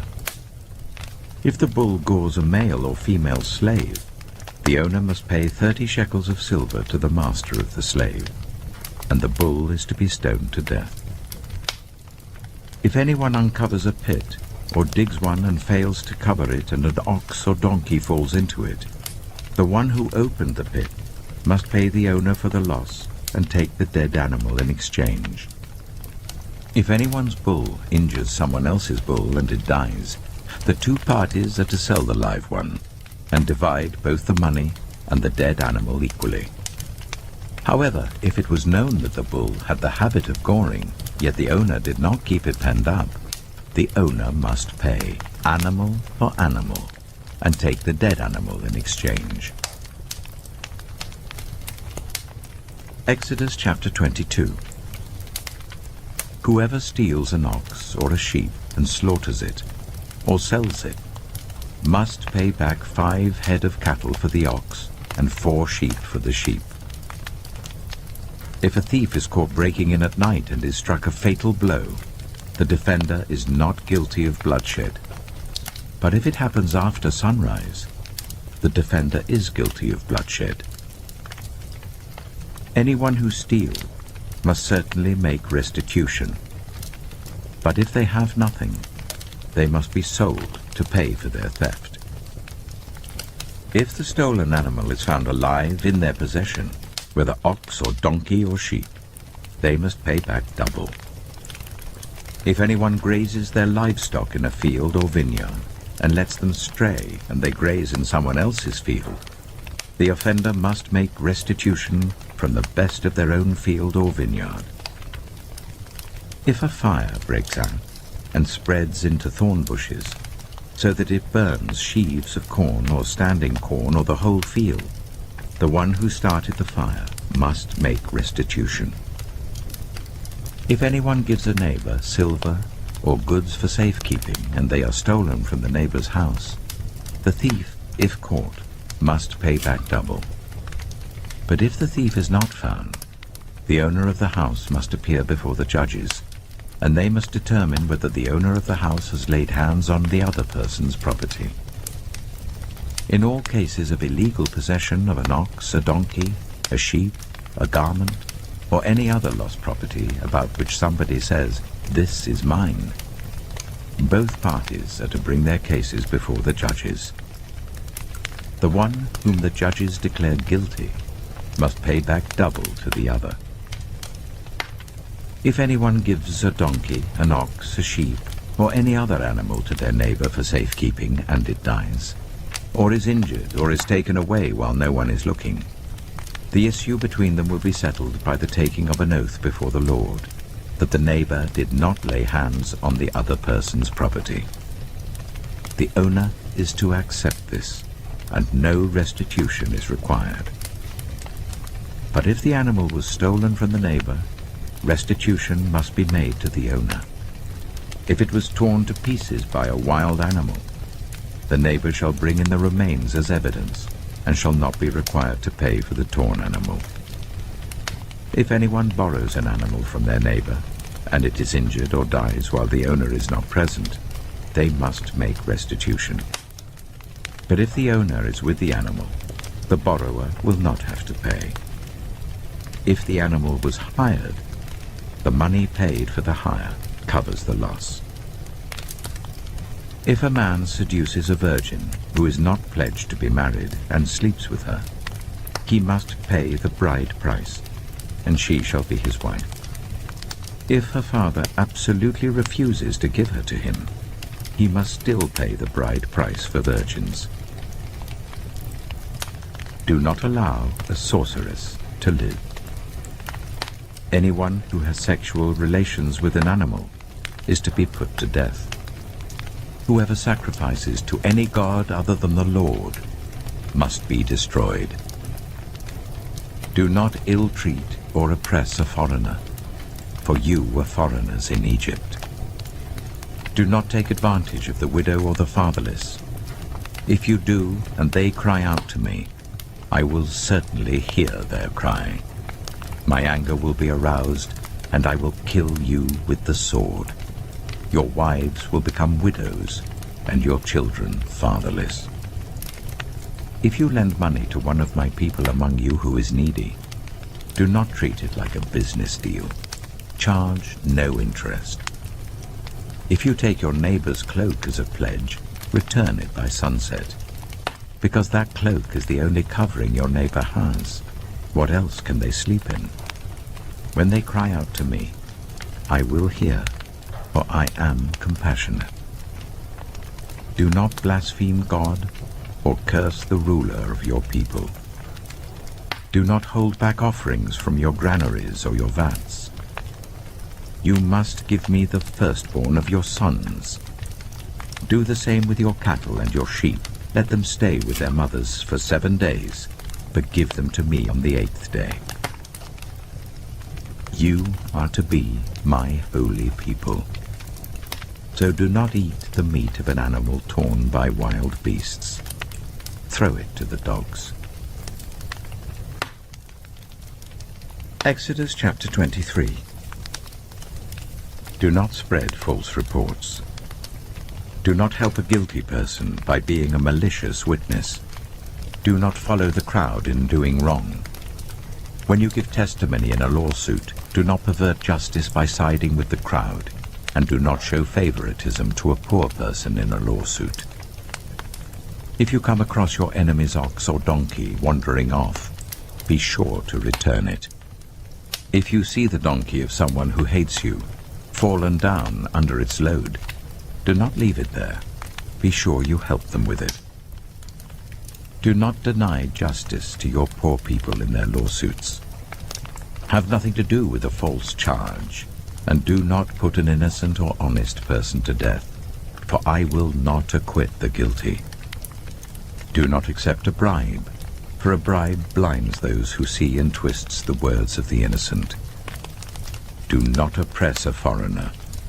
You yourselves know how it feels to be foreigners, because you were foreigners in Egypt. For 6 years you are to sow your fields and harvest the crops, but during the 7th year let the land lie unplowed and unused. Then the poor among your people may get food from it, and the wild animals may eat what is left. Do the same with your vineyard and your olive grove. 6 days do your work, but on the 7th day do not work, so that your ox and your donkey may rest, and so that the slave born in your household and the foreigner living among you may be refreshed. Be careful to do everything I have said to you. Do not invoke the names of other gods. Do not let them be heard on your lips. 3 times a year you are to celebrate a festival to me. Celebrate the festival of unleavened bread. For 7 days eat bread made without yeast as I commanded you. Do this at the appointed time in the month of Ehyeh, for in that month you came out of Egypt. No one is to appear before me empty-handed. Celebrate the festival of harvest with the first fruits of the crops you sow in your field. Celebrate the festival of ingathering at the end of the year, when you gather in your crops from the field. 3 times a year all the men are to appear before the sovereign Lord. Do not offer the blood of a sacrifice to me, along with anything containing yeast. The fat of my festival offerings must not be kept until morning. Bring the best of the first fruits of your soil to the house of the Lord your God. Do not cook a young goat in its mother's milk. See, I am sending an angel ahead of you to guard you along the way, and to bring you to the place I have prepared. Pay attention to him and listen to what he says. Do not rebel against him. He will not forgive your rebellion, since my name is in him. If you listen carefully to what he says and do all that I say, I will be an enemy to your enemies, and will oppose those who oppose you. My angel will go ahead of you, and bring you into the land of the Amorites, Hittites, Perizzites, Canaanites, Hivites, and Jebusites, and I will wipe them out. Do not bow down before their gods, or worship them, or follow their practices. You must demolish them and break their sacred stones to pieces. Worship the Lord your God, and his blessing will be on your food and water. I will take away disease from among you, and none will miscarry or be barren in your land. I will give you a full lifespan. I will send my terror ahead of you, and throw into confusion every nation you encounter. I will make all your enemies turn their backs and run. I will send the hornet ahead of you to drive the Hivites, Canaanites, and Hittites out of your way. But I will not drive them out in a single year, because the land would become desolate, and the wild animals too numerous for you. Little by little I will drive them out before you, until you have increased enough to take possession of the land. I will establish your borders from the Red Sea to the Mediterranean Sea, and from the desert to the Euphrates River. I will give into your hands the people who live in the land, and you will drive them out before you. Do not make a covenant with them or with their gods. Do not let them live in your land, or they will cause you to sin against me, because the worship of their gods will certainly be a snare to you. Exodus chapter 24. Then the Lord said to Moses, "Come up to the Lord, you and Aaron, Nadab and Abihu, and 70 of the elders of Israel. You are to worship at a distance. But Moses alone is to approach the Lord. The others must not come near, and the people may not come up with him. When Moses went and told the people all the Lord's words and laws, they responded with one voice, "Everything the Lord has said we will do." Moses then wrote down everything the Lord had said. He got up early the next morning and built an altar at the foot of the mountain and set up 12 stone pillars representing the 12 tribes of Israel. Then he sent young Israelite men, and they offered burnt offerings and sacrificed young bulls as fellowship offerings to the Lord. Moses took half of the blood and put it in bowls, and the other half he splashed against the altar. Then he took the book of the covenant and read it to the people. They responded, "We will do everything the Lord has said. We will obey." Moses then took the blood, sprinkled it on the people, and said, "This is the blood of the covenant that the Lord has made with you in accordance with all these words." Moses and Aaron, Nadab and Ehyeh, and the 70 elders of Israel went up and saw the God of Israel. Under his feet was something like a pavement made of lapis lazuli, as bright blue as the sky. But God did not raise his hand against these leaders of the Israelites. They saw God, and they ate and drank.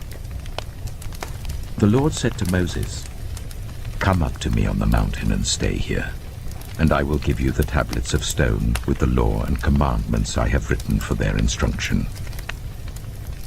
Then Moses set out with Joshua, his assistant, and Moses went up on the mountain of God. He said to the elders, "Wait here for us until we come back to you. Aaron and Hur are with you, and anyone involved in a dispute can go to them." When Moses went up on the mountain, the cloud covered it, and the glory of the Lord settled on Mount Sinai. For 6 days the cloud covered the mountain, and on the 7th day the Lord called to Moses from within the cloud. To the Israelites, the glory of the Lord looked like a consuming fire on top of the mountain. Then Moses entered the cloud as he went on up the mountain, and he stayed on the mountain 40 days and 40 nights. Exodus chapter 25. The Lord said to Moses, "Tell the Israelites to bring me an offering. You are to receive the offering for me from everyone whose heart prompts them to give. These are the offerings you are to receive from them: gold, silver and bronze, blue, purple and scarlet yarn, and fine linen, goat hair, ram skins dyed red, and another type of durable leather, acacia wood, olive oil for the light, spices for the anointing oil and for the fragrant incense, and onyx stones and other gems to be mounted on the ephod and breastpiece. Then let them make a sanctuary for me, and I will dwell among them. Make this tabernacle and all its furnishings exactly like the pattern I will show you. Let them make an ark of acacia wood, 2.5 cubits long, 1.5 cubits wide, and 1.5 cubits high.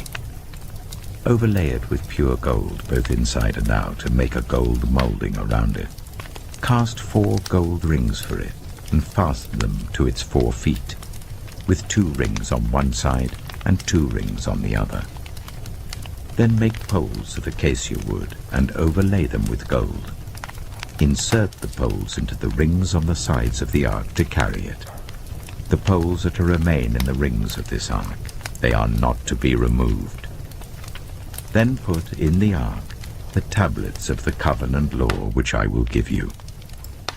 Make an atonement cover of pure gold, 2.5 cubits long and 1.5 cubits wide, and make 2 cherubim out of hammered gold at the ends of the cover.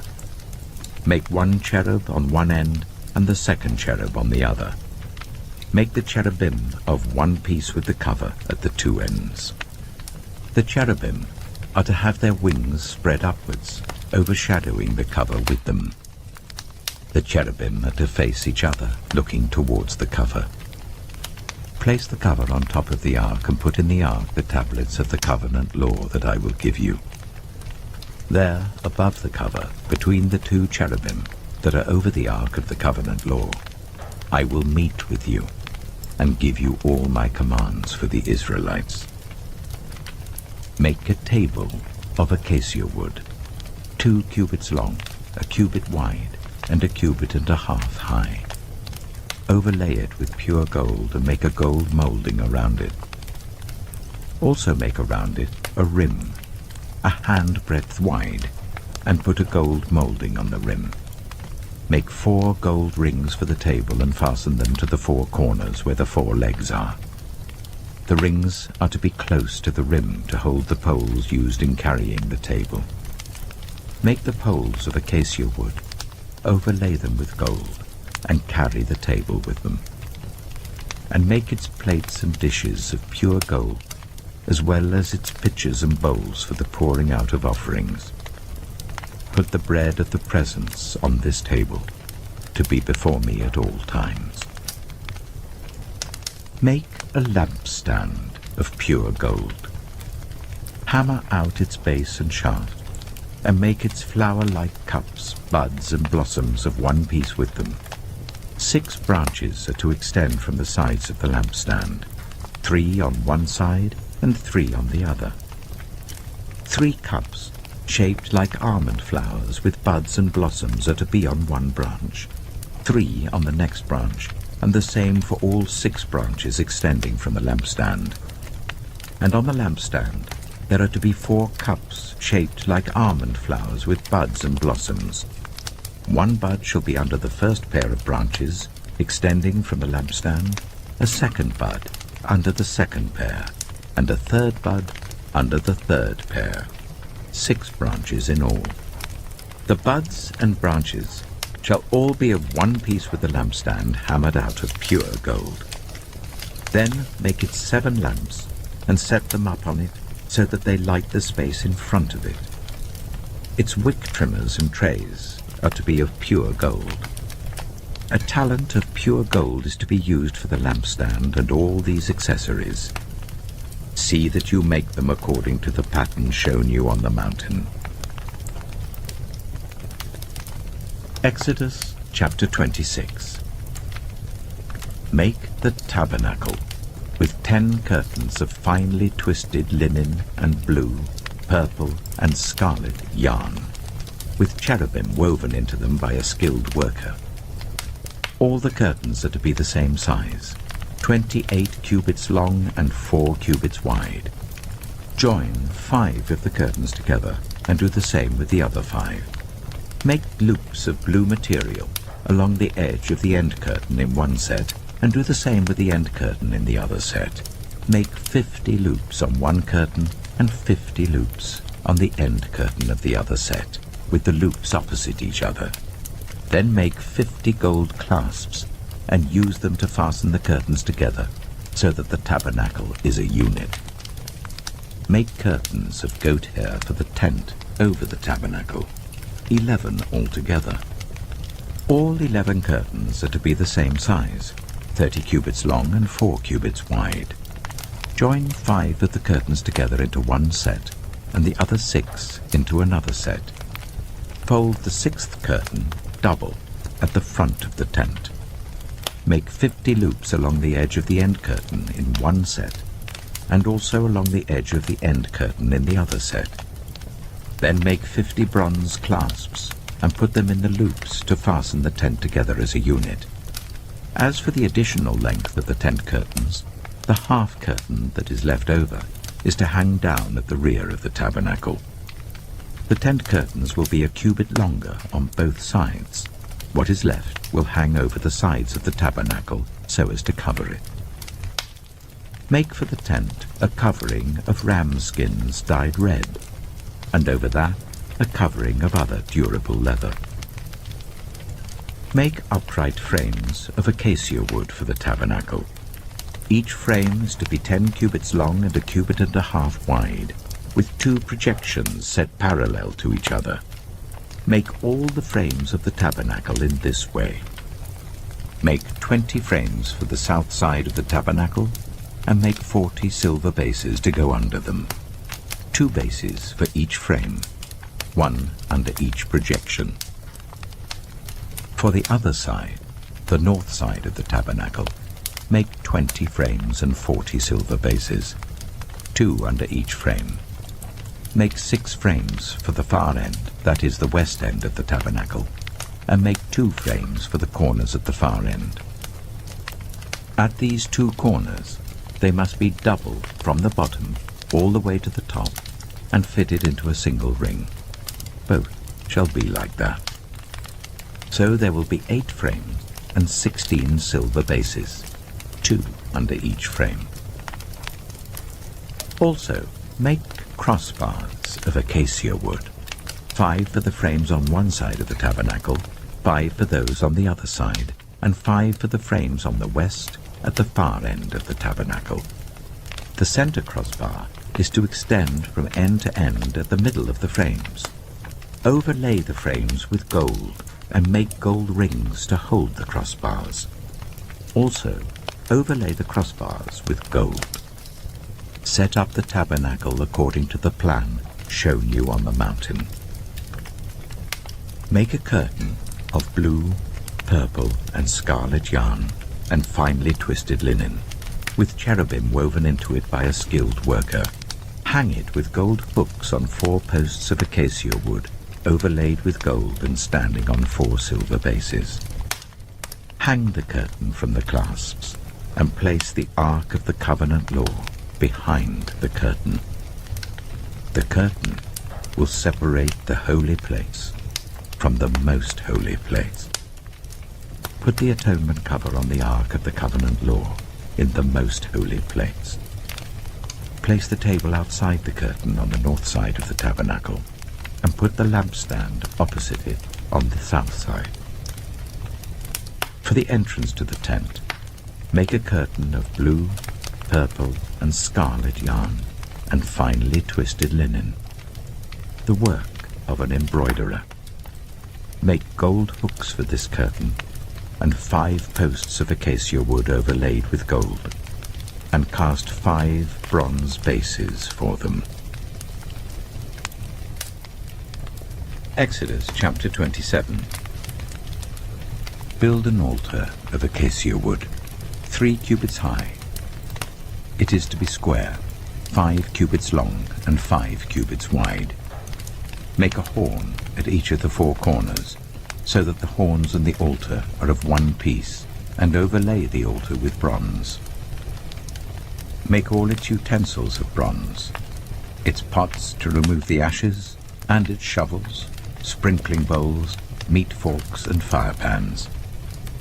Make a grating for it, a bronze network, and make a bronze ring at each of the 4 corners of the network. Put it under the ledge of the altar, so that it is halfway up the altar. Make poles of acacia wood for the altar, and overlay them with bronze.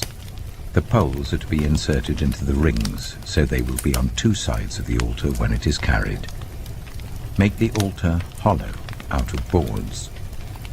It is to be made just as you were shown on the mountain. Make a courtyard for the tabernacle.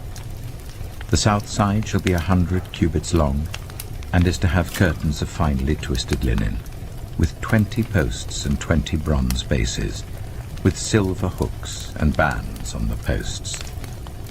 The north side shall also be 100 cubits long, and is to have curtains with 20 posts and 20 bronze bases, and with silver hooks and bands on the posts. The west end of the courtyard shall be 50 cubits wide, and have curtains with 10 posts and 10 bases. On the east end, towards the sunrise, the courtyard shall also be 50 cubits wide. Curtains 15 cubits long are to be on one side of the entrance with 3 posts and 3 bases, and curtains 15 cubits long are to be on the other side with 3 posts and 3 bases.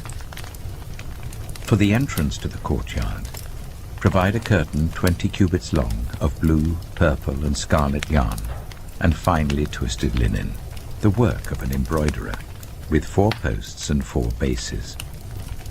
All the posts around the courtyard are to have silver bands and hooks and bronze bases. The courtyard shall be 100 cubits long and 50 cubits wide, with curtains of finely twisted linen 5 cubits high and with bronze bases. All the other articles used in the service of the tabernacle, whatever their function, including all the tent pegs for it and those for the courtyard, are to be of bronze. Command the Israelites to bring you clear oil of pressed olives for the light, so that the lamps may be kept burning. In the tent of meeting, outside the curtain that shields the ark of the covenant law, Aaron and his sons are to keep the lamps burning before the Lord from evening till morning. This is to be a lasting ordinance among the Israelites for the generations to come. Exodus chapter 28. Let Aaron, your brother, be brought to you from among the Israelites, with his sons Nadab and Abihu, Eleazar and Ithamar, so that they may serve me as priests. Make sacred garments for your brother Aaron to give him dignity and honor. Tell all the skilled workers to whom I have given wisdom in such matters that they are to make garments for Aaron, for his consecration, so that he may serve me as priest. These are the garments they are to make: a breastpiece, an ephod, a robe, a woven tunic, a turban, and a sash. They are to make these sacred garments for your brother Aaron and his sons, so that they may serve me as priests. Make them use gold, and blue, purple, and scarlet yarn, and fine linen. Make the ephod of gold, and of blue, purple, and scarlet yarn, and of finely twisted linen, the work of skilled hands. It is to have 2 shoulder pieces attached to 2 of its corners, so that it can be fastened. Its skillfully woven waistband is to be like it, of 1 piece with the ephod, and made with gold, and with blue, purple, and scarlet yarn, and with finely twisted linen. Take 2 onyx stones, and engrave on them the names of the sons of Israel, in the order of their birth, 6 names on 1 stone, and the remaining 6 on the other. Engrave the names of the sons of Israel on the 2 stones, the way a gem cutter engraves a seal. Then mount the stones in gold filigree settings, and fasten them on the shoulder pieces of the ephod as memorial stones for the sons of Israel. Aaron is to bear the names on his shoulders as a memorial before the Lord. Make gold filigree settings, and 2 braided chains of pure gold like a rope, and attach the chains to the settings. Fashion a breastpiece for making decisions, the work of skilled hands.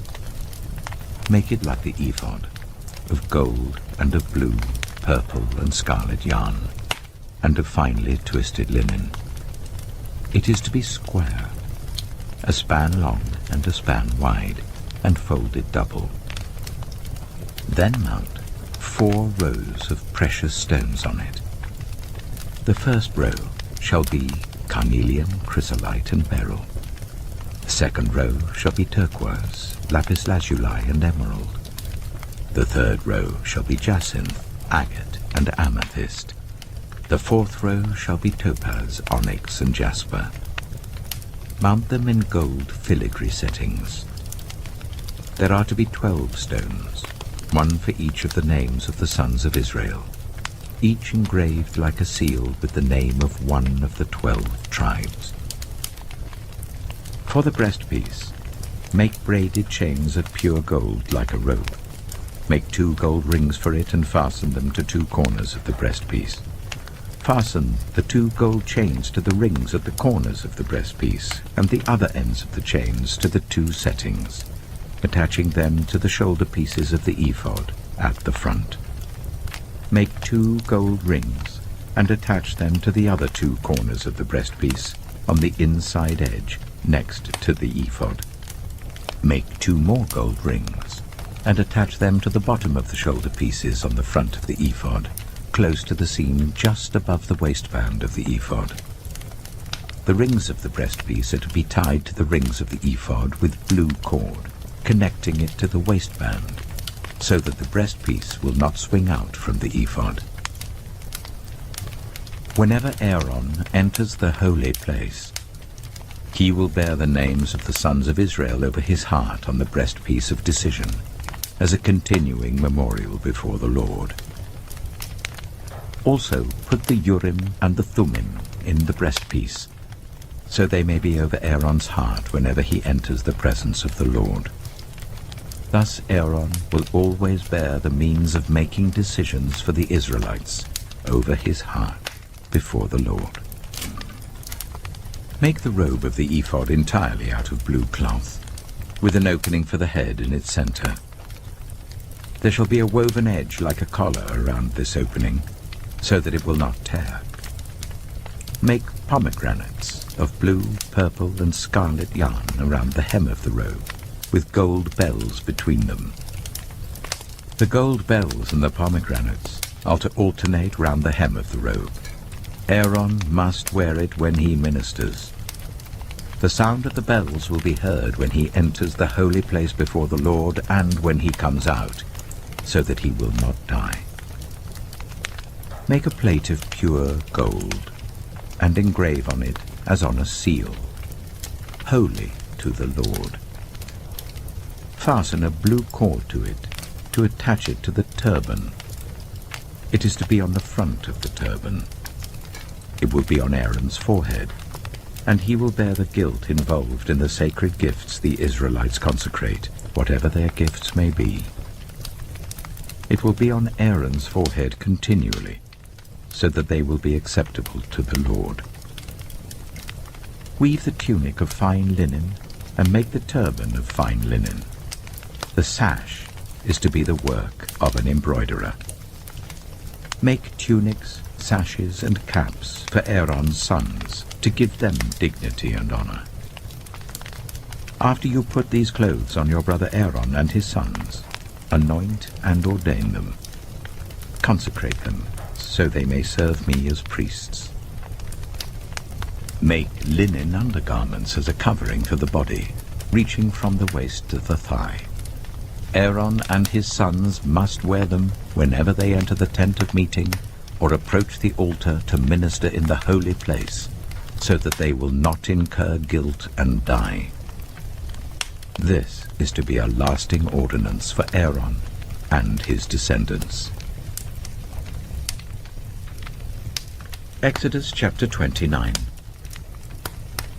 This is what you are to do to consecrate them, so that they may serve me as priests. Take a young bull and 2 rams without defect, and from the finest wheat flour make round loaves without yeast, thick loaves without yeast, and with olive oil mixed in, and thin loaves without yeast, and brushed with olive oil. Put them in a basket, and present them in it, along with the bull and the 2 rams. Then bring Aaron and his sons to the entrance to the tent of meeting, and wash them with water. Take the garments and dress Aaron with the tunic, the robe of the ephod itself, and the breastpiece. Fasten the ephod on him by its skillfully woven waistband. Put the turban on his head and attach the sacred emblem to the turban. Take the anointing oil and anoint him by pouring it on his head. Bring his sons and dress them in tunics and fasten caps on them.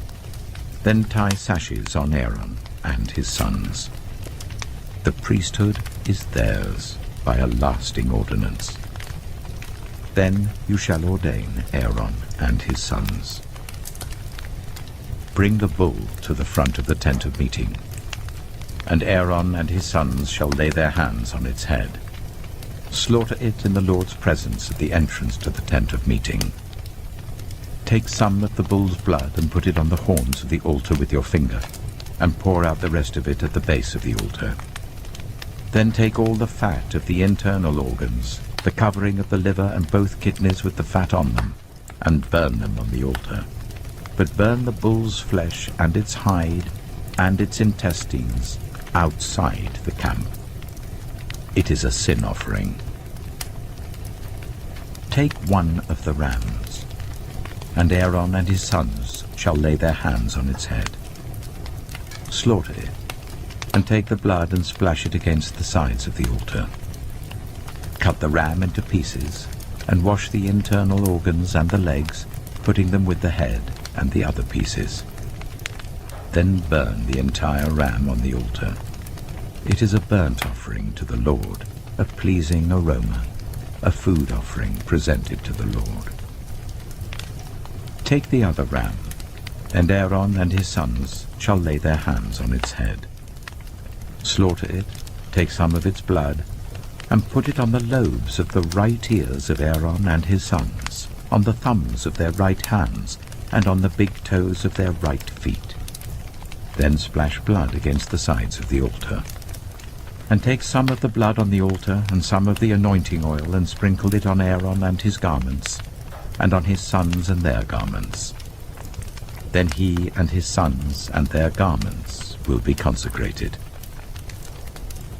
Take from this ram the fat tail, the fat on the internal organs, the covering of the liver, both kidneys with the fat on them, and the right thigh. This is the ram for the ordination.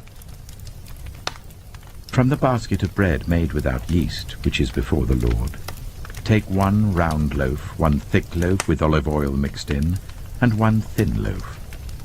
Put all these in the hands of Aaron and his sons, and wave them before the Lord, as a wave offering.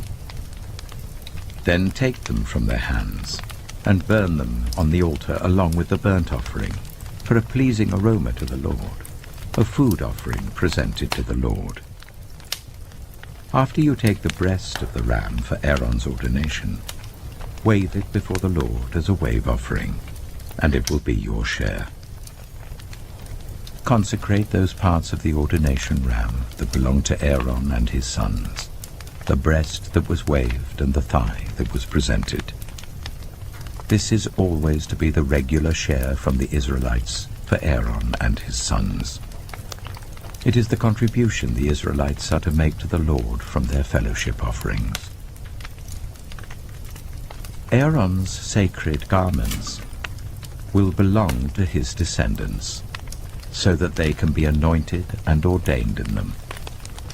The son who succeeds him as priest and comes to the tent of meeting to minister in the holy place is to wear them 7 days. Take the ram for the ordination and cook the meat in a sacred place. At the entrance to the tent of meeting, Aaron and his sons are to eat the meat of the ram and the bread that is in the basket. They are to eat these offerings by which atonement was made for their ordination and consecration. But no one else may eat them, because they are sacred. And if any of the meat of the ordination ram or any bread is left over till morning, burn it up. It must not be eaten, because it is sacred. Do for Aaron and his sons everything I have commanded you, taking 7 days to ordain them. Sacrifice a bull each day as a sin offering to make atonement. Purify the altar by making atonement for it and anoint it to consecrate it.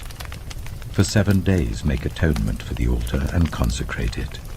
Then the altar will be most holy, and whatever touches it will be holy.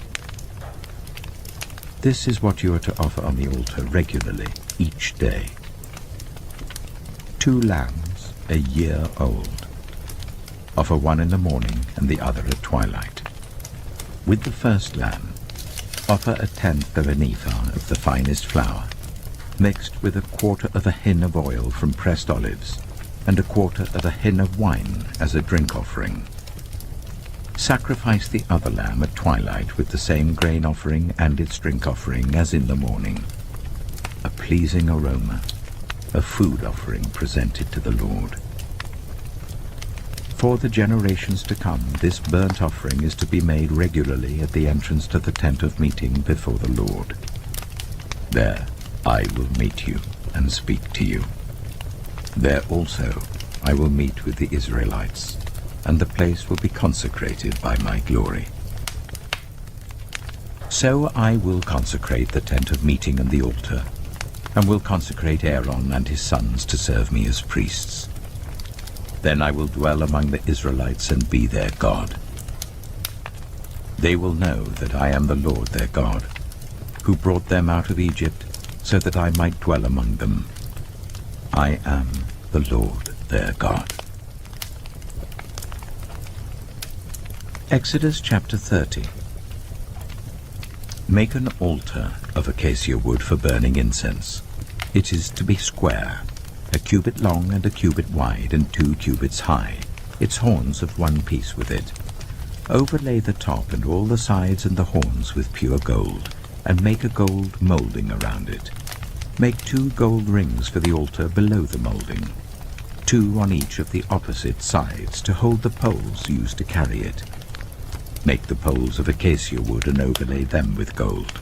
Put the altar in front of the curtain that shields the Ark of the Covenant Law, before the atonement cover that is over the tablets of the Covenant Law, where I will meet with you. Aaron must burn fragrant incense on the altar every morning when he tends the lamps. He must burn incense again when he lights the lamps at twilight, so that incense will burn regularly before the Lord for the generations to come. Do not offer on this altar any other incense or any burnt offering or grain offering, and do not pour a drink offering on it. Once a year Aaron shall make atonement on its horns. This annual atonement must be made with the blood of the atoning sin offering for the generations to come. It is most holy to the Lord. Then the Lord said to Moses, when you take a census of the Israelites to count them, each one must pay the Lord a ransom for his life at the time he is counted. Then no plague will come on them when you number them. Each one who crosses over to those already counted is to give a half shekel according to the sanctuary shekel, which weighs 20 gerams. This half shekel is an offering to the Lord. All who cross over, those 20 years old or more, are to give an offering to the Lord. The rich are not to give more than a half shekel, and the poor are not to give less when you make the offering to the Lord to atone for your lives. Receive the atonement money from the Israelites and use it for the service of the tent of meeting. It will be a memorial for the Israelites before the Lord, making atonement for your lives. Then the Lord said to Moses, make a bronze basin with its bronze stand for washing. Place it between the tent of meeting and the altar, and put water in it. Aaron and his sons are to wash their hands and feet with water from it. Whenever they enter the tent of meeting, they shall wash with water, so that they will not die. Also, when they approach the altar to minister by presenting a food offering to the Lord, they shall wash their hands and feet, so that they will not die. This is to be a lasting ordinance for Aaron and his descendants for the generations to come. Then the Lord said to Moses, take the following fine spices: 500 shekels of liquid myrrh, half as much, that is 250 shekels, of fragrant cinnamon, 250 shekels of fragrant calamus, 500 shekels of cassia, all according to the sanctuary shekel, and a hin of olive oil. Make these into a sacred anointing oil, a fragrant blend, the work of a perfumer. It will be the sacred anointing oil. Then use it to anoint the tent of meeting, the Ark of the Covenant Law, the table and all its articles, the lampstand and its accessories, the altar of incense, the altar of burnt offering and all its utensils, and the basin with its stand. You shall consecrate them, so they will be most holy, and whatever touches them will be holy. Anoint Aaron and his sons and consecrate them, so they may serve me as priests. Say to the Israelites, this is to be my sacred anointing oil for the generations to come. Do not pour it on anyone else's body, and do not make any other oil using the same formula. It is sacred, and you are to consider it sacred. Whoever makes perfume like it and puts it on anyone other than a priest must be cut off from their people.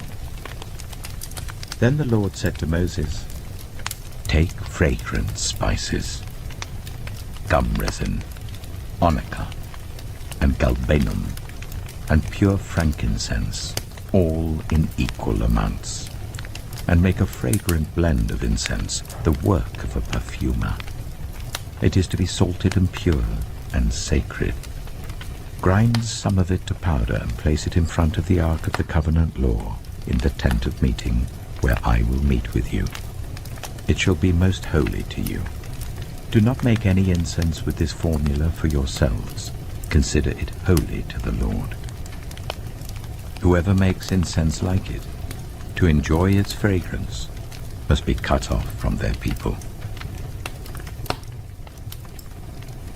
Exodus chapter 31.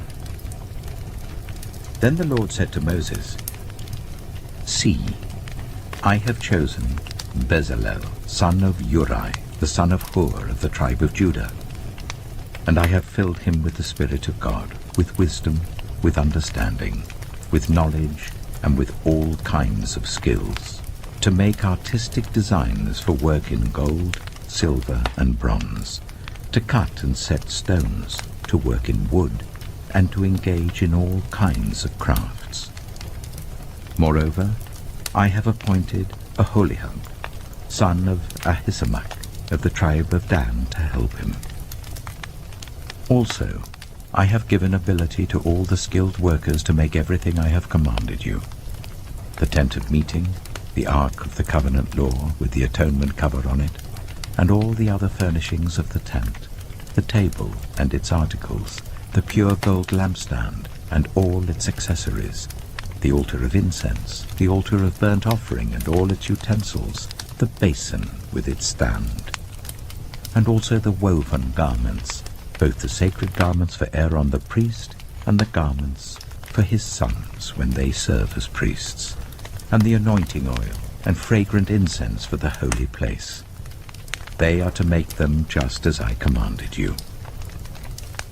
Then the Lord said to Moses, say to the Israelites, you must observe my Sabbaths.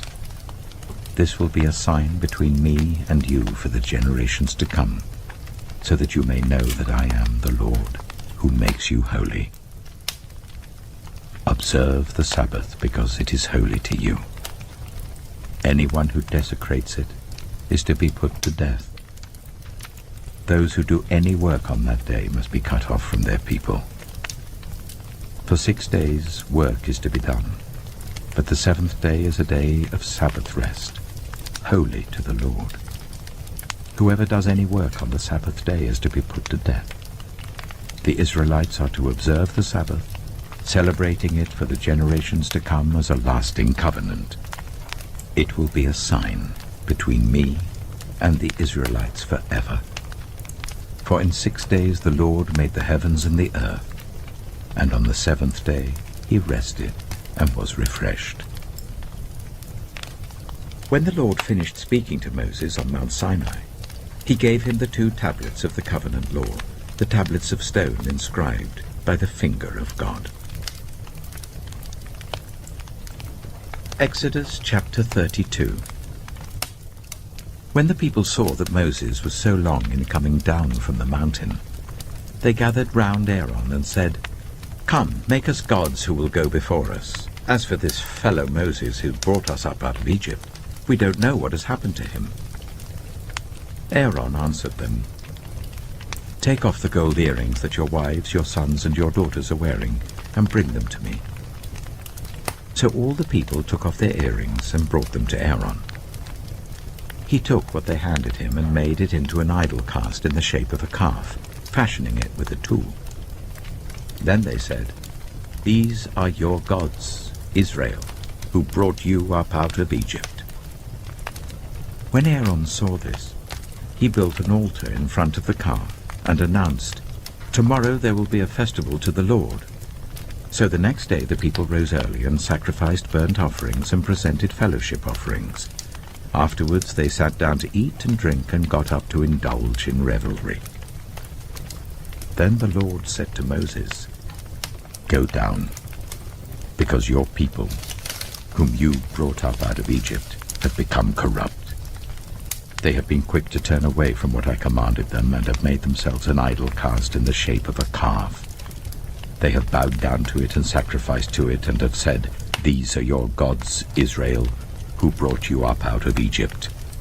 I have seen these people," the Lord said to Moses, "and they are a stiff-necked people. Now leave me alone so that my anger may burn against them and that I may destroy them. Then I will make you into a great nation." But Moses sought the favor of the Lord his God. "Lord," he said, "why should your anger burn against your people, whom you brought out of Egypt with great power and a mighty hand? Why should the Egyptians say, 'It was with evil intent that he brought them out, to kill them in the mountains and to wipe them off the face of the earth'? Turn from your fierce anger. Relent and do not bring disaster on your people. Remember your servants, Abraham, Isaac, and Israel, to whom you swore by your own self. I will make your descendants as numerous as the stars in the sky, and I will give your descendants all this land I promised them, and it will be their inheritance forever." Then the Lord relented, and did not bring on his people the disaster he had threatened. Moses turned and went down the mountain with the 2 tablets of the covenant law in his hands. They were inscribed on both sides, front and back. The tablets were the work of God. The writing was the writing of God, engraved on the tablets. When Joshua heard the noise of the people shouting, he said to Moses, "There is the sound of war in the camp." Moses replied, "It is not the sound of victory. It is not the sound of defeat. It is the sound of singing that I hear." When Moses approached the camp and saw the calf and the dancing, his anger burned, and he threw the tablets out of his hands, breaking them to pieces at the foot of the mountain. And he took the calf the people had made and burned it in the fire. Then he ground it to powder, scattered it on the water, and made the Israelites drink it. He said to Aaron, "What did these people do to you, that you led them into such great sin?" "Do not be angry, my lord," Aaron answered. "You know how prone these people are to evil. They said to me, 'Make us gods who will go before us.' As for this fellow Moses who brought us up out of Egypt, we don't know what's happened to him. So I told them, 'Whoever has any gold jewelry, take it off.' Then they gave me the gold, and I threw it into the fire, and out came this calf." Moses saw that the people were running wild, and that Aaron had let them get out of control, and so become a laughingstock to their enemies. So he stood at the entrance to the camp and said, "Whoever is for the Lord, come to me." And all the Levites rallied to him. Then he said to them, "This is what the Lord, the God of Israel, says. Each man strap a sword to his side. Go back and forth through the camp from one end to the other, each killing his brother and friend and neighbor."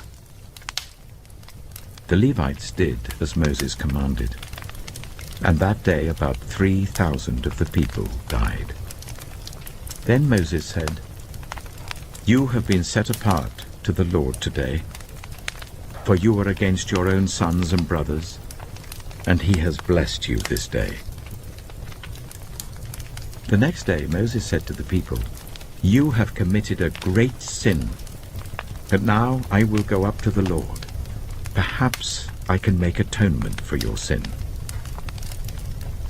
So Moses went back to the Lord and said, "Oh, what a great sin these people have committed. They have made themselves gods of gold. But now, please, forgive their sin. But if not, then blot me out of the book you have written." The Lord replied to Moses, "Whoever has sinned against me, I will blot out of my book. Now go, lead the people to the place I spoke of, and my angel will go before you. However, when the time comes for me to punish, I will punish them for their sin." And the Lord struck the people with a plague because of what they did with the calf Aaron had made. Exodus chapter 33. Then the Lord said to Moses, "Leave this place, you and the people you brought up out of Egypt, and go up to the land I promised on oath to Abraham, Isaac, and Jacob, saying, 'I will give it to your descendants. I will send an angel before you and drive out the Canaanites, Amorites, Hittites, Perizzites, Hivites, and Jebusites. Go up to the land flowing with milk and honey. But I will not go with you, because you are a stiff-necked people, and I might destroy you on the way.'" When the people heard these distressing words, they began to mourn, and no one put on any ornaments. For the Lord had said to Moses, "Tell the Israelites, you are a stiff-necked people. If I were to go with you even for a moment, I might destroy you. Now take off your ornaments, and I will decide what to do with you." So the Israelites stripped off their ornaments at Mount Horeb. Now Moses used to take a tent and pitch it outside the camp some distance away, calling it the tent of meeting. Anyone inquiring of the Lord would go to the tent of meeting outside the camp. And whenever Moses went out to the tent, all the people rose and stood at the entrances to their tents, watching Moses until he entered the tent. As Moses went into the tent, the pillar of cloud would come down and stay at the entrance while the Lord spoke with Moses. Whenever the people saw the pillar of cloud standing at the entrance to the tent, they all stood and worshipped, each at the entrance to their tent. The Lord would speak to Moses face to face, as one speaks to a friend. Then Moses would return to the camp, but his young assistant Joshua, son of Nun, did not leave the tent. Moses said to the Lord, "You have been telling me, 'Lead these people.'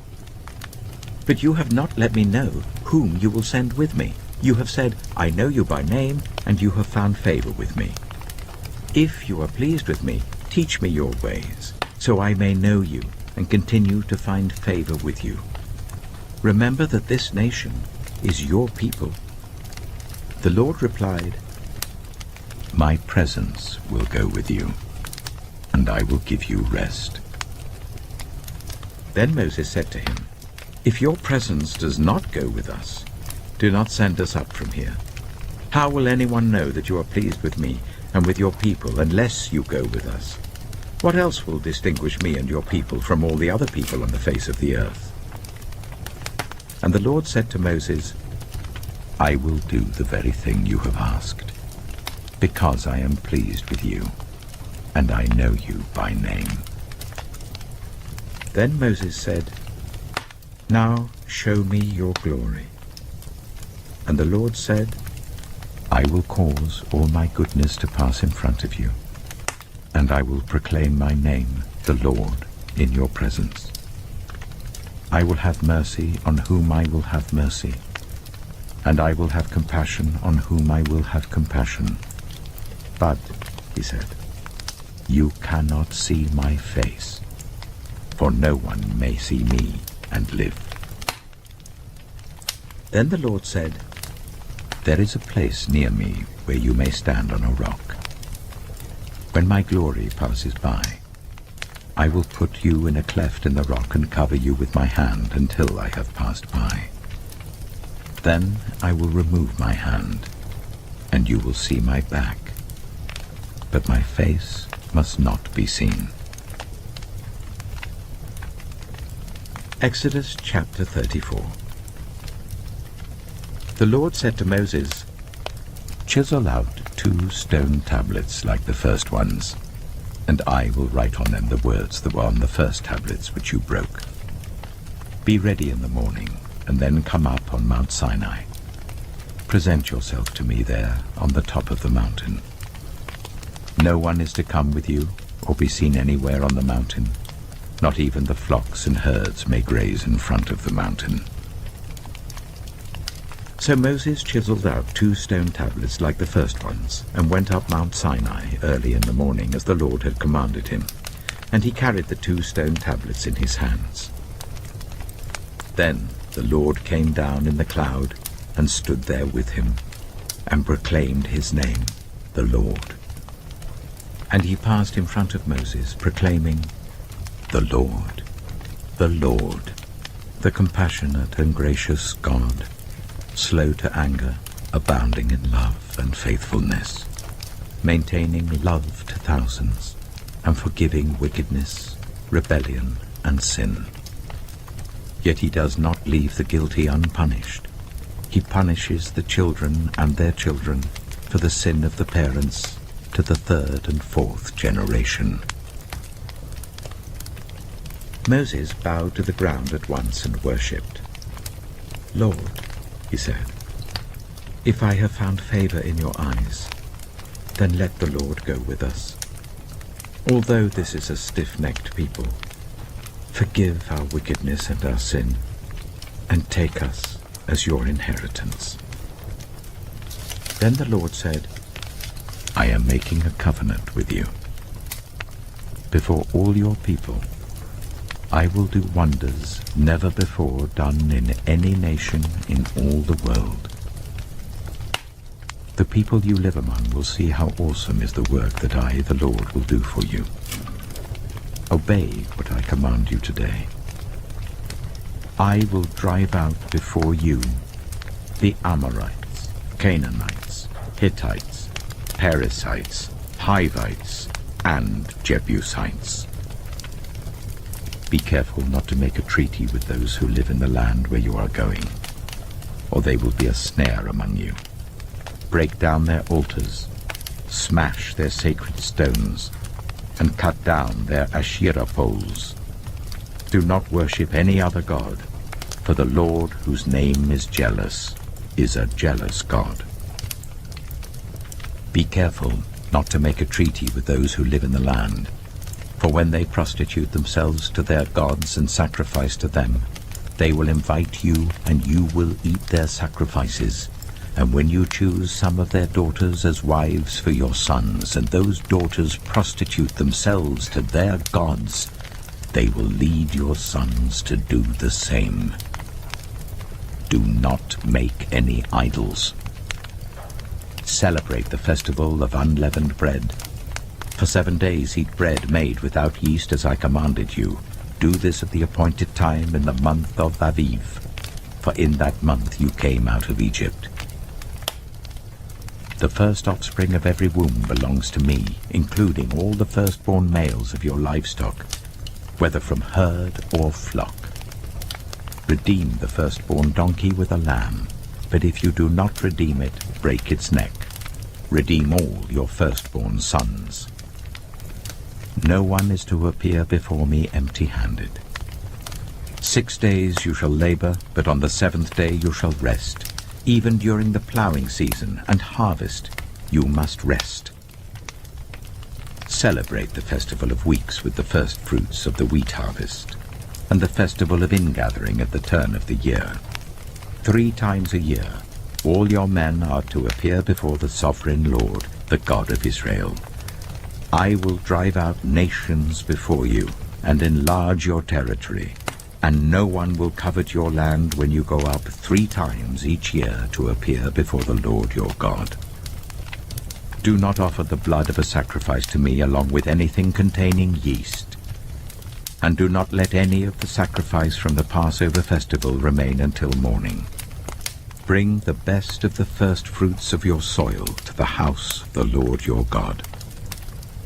Do not cook a young goat in its mother's milk.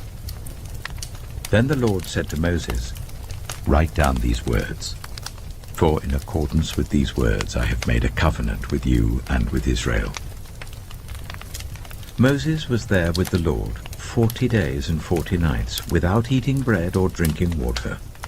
And he wrote on the tablets the words of the covenant, the 10 Commandments. When Moses came down from Mount Sinai, with the 2 tablets of the covenant law in his hands, he was not aware that his face was radiant because he had spoken with the Lord. When Aaron and all the Israelites saw Moses, his face was radiant, and they were afraid to come near him. But Moses called to them. So Aaron and all the leaders of the community came back to him, and he spoke to them. Afterwards all the Israelites came near him, and he gave them all the commands the Lord had given him on Mount Sinai. When Moses finished speaking to them, he put a veil over his face. But whenever he entered the Lord's presence to speak with him, he removed the veil until he came out. And when he came out and told the Israelites what he had been commanded, they saw that his face was radiant. Then Moses would put the veil back over his face until he went in to speak with the Lord. Exodus chapter 35. Moses assembled the whole Israelite community and said to them, "These are the things the Lord has commanded you to do.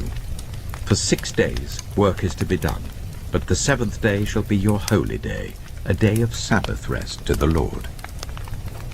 Whoever does any work on it is to be put to death. Do not light a fire in any of your dwellings on the Sabbath day." Moses said to the whole Israelite community, "This is what the Lord has commanded. From what you have, take an offering for the Lord. Everyone who is willing is to bring to the Lord an offering of gold, silver, and bronze, blue, purple, and scarlet yarn and fine linen, goat hair, ram skins dyed red, and another type of durable leather, acacia wood, olive oil for the light, spices for the anointing oil and for the fragrant incense, and onyx stones and other gems to be mounted on the ephod and breastpiece. All who are skilled among you are to come and make everything the Lord has commanded: the tabernacle with its tent and its covering, clasps, frames, crossbars, posts, and bases; the ark with its poles and the atonement cover and the curtain that shields it; the table with its poles and all its articles and the bread of the presence; the lampstand that is for light with its accessories, lamps and oil for the light; the altar of incense with its poles, the anointing oil and the fragrant incense; the curtain for the doorway at the entrance to the tabernacle; the altar of burnt offering with its bronze grating, its poles and all its utensils; the bronze basin with its stand; the curtains of the courtyard with its posts and bases, and the curtain for the entrance to the courtyard; the tent pegs for the tabernacle and for the courtyard, and their ropes; the woven garments worn for ministering in the sanctuary, both the sacred garments for Aaron the priest and the garments for his sons when they serve as priests." Then the whole Israelite community withdrew from Moses' presence, and everyone who was willing and whose heart moved them came and brought an offering to the Lord for the work on the tent of meeting, for all its service, and for the sacred garments. All who were willing, men and women alike, came and brought gold jewelry of all kinds, brooches, earrings, rings, and ornaments. They all presented their gold as a wave offering to the Lord. Everyone who had blue, purple, or scarlet yarn, or fine linen, or goat hair, ram skins dyed red, or other durable leather brought them. Those presenting an offering of silver or bronze brought it as an offering to the Lord, and everyone who had acacia wood for any part of the work brought it. Every skilled woman spun with her hands and brought what she had spun, blue, purple, or scarlet yarn, or fine linen. And all the women who were willing and had the skill spun the goat hair. The leaders brought onyx stones and other gems to be mounted on the ephod and breastpiece. They also brought spices and olive oil for the light, and for the anointing oil, and for the fragrant incense. All the Israelite men and women who were willing brought to the Lord free will offerings for all the work the Lord, through Moses, had commanded them to do. Then Moses said to the Israelites, "See, the Lord has chosen Bezalel, son of Uri, the son of Hur, of the tribe of Judah, and he has filled him with the Spirit of God, with wisdom, with understanding, with knowledge, and with all kinds of skills, to make artistic designs for work in gold, silver, and bronze, to cut and set stones, to work in wood, and to engage in all kinds of artistic crafts. And he has given both him and Aholiab, son of Ahisamach of the tribe of Dan, the ability to teach others. He has filled them with skill to do all kinds of work as engravers, designers, embroiderers in blue, purple, and scarlet yarn, and fine linen, and weavers, all of them skilled workers and designers." Exodus chapter 36. So Bezalel, Aholiab, and every skilled person to whom the Lord has given skill and ability, to know how to carry out all the work of constructing the sanctuary, are to do the work just as the Lord has commanded. Then Moses summoned Bezalel and Aholiab, and every skilled person to whom the Lord had given ability, and who was willing to come and do the work. They received from Moses all the offerings the Israelites had brought to carry out the work of constructing the sanctuary. And the people continued to bring free will offerings morning after morning.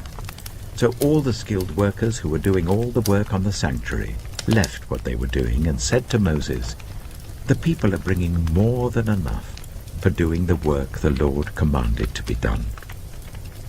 Then Moses gave an order, and they sent this word throughout the camp: "No man or woman is to make anything else as an offering for the sanctuary." And so the people were restrained from bringing more, because what they already had was more than enough to do all the work. All those who were skilled among the workers made the tabernacle with 10 curtains of finely twisted linen and blue, purple, and scarlet yarn, with cherubim woven into them by expert hands. All the curtains were the same size, 28 cubits long and 4 cubits wide. They joined 5 of the curtains together and did the same with the other 5. Then they made loops of blue material along the edge of the end curtain in one set, and the same was done with the end curtain in the other set. They also made 50 loops on one curtain and 50 loops on the end curtain of the other set, with the loops opposite each other. Then they made 50 gold clasps, and used them to fasten the 2 sets of curtains together, so that the tabernacle was a unit. They made curtains of goat hair for the tent over the tabernacle, 11 altogether. All 11 curtains were the same size, 30 cubits long and 4 cubits wide. They joined 5 of the curtains into one set, and the other 6 into another set. Then they made 50 loops along the edge of the end curtain in one set, and also along the edge of the end curtain in the other set. They made 50 bronze clasps to fasten the tent together as a unit. Then they made for the tent a covering of ram skins dyed red, and over that a covering of other durable leather. They made upright frames of acacia wood for the tabernacle. Each frame was 10 cubits long and 1.5 cubits wide, with 2 projections set parallel to each other. They made all the frames of the tabernacle in this way. They made 20 frames for the south side of the tabernacle, and made 40 silver bases to go under them, 2 bases for each frame, 1 under each projection. For the other side, the north side of the tabernacle, they made 20 frames and 40 silver bases, 2 under each frame. They made 6 frames for the far end, that is, the west end of the tabernacle, and 2 frames were made for the corners of the tabernacle at the far end. At these 2 corners, the frames were double from the bottom all the way to the top and fitted into a single ring. Both were made alike. So there were 8 frames and 16 silver bases, 2 under each frame. They also made crossbars of acacia wood, 5 for the frames on one side of the tabernacle, 5 for those on the other side, and 5 for the frames on the west. at the far end of the tabernacle. They made the center crossbar, so that it extended from end to end at the middle of the frames. They overlaid the frames with gold and made gold rings to hold the crossbars. They also overlaid the crossbars with gold. They made the curtain of blue, purple, and scarlet yarn and finely twisted linen, with cherubim woven into it by a skilled worker. They made 4 posts of acacia wood for it, and overlaid them with gold. They made gold hooks for them, and cast their 4 silver bases. For the entrance to the tent, they made a curtain of blue, purple, and scarlet yarn and finely twisted linen, the work of an embroiderer. And they made 5 posts with hooks for them. They overlaid the tops of the posts and their bands with gold, and made their 5 bases of bronze. Exodus chapter 37. Bezalel made the ark of acacia wood, 2.5 cubits long, 1.5 cubits wide, and 1.5 cubits high. He overlaid it with pure gold, both inside and out, and made a gold moulding around it. He cast 4 gold rings for it, and fastened them to its 4 feet, with 2 rings on one side and 2 rings on the other. Then he made poles of acacia wood, and overlaid them with gold, and he inserted the poles into the rings on the sides of the ark to carry it. He made the atonement cover of pure gold, 2.5 cubits long and 1.5 cubits wide. Then he made 2 cherubim out of hammered gold at the ends of the cover. He made 1 cherub on one end and the second cherub on the other. At the 2 ends he made them of one piece with the cover. The cherubim had their wings spread upwards, overshadowing the cover with them.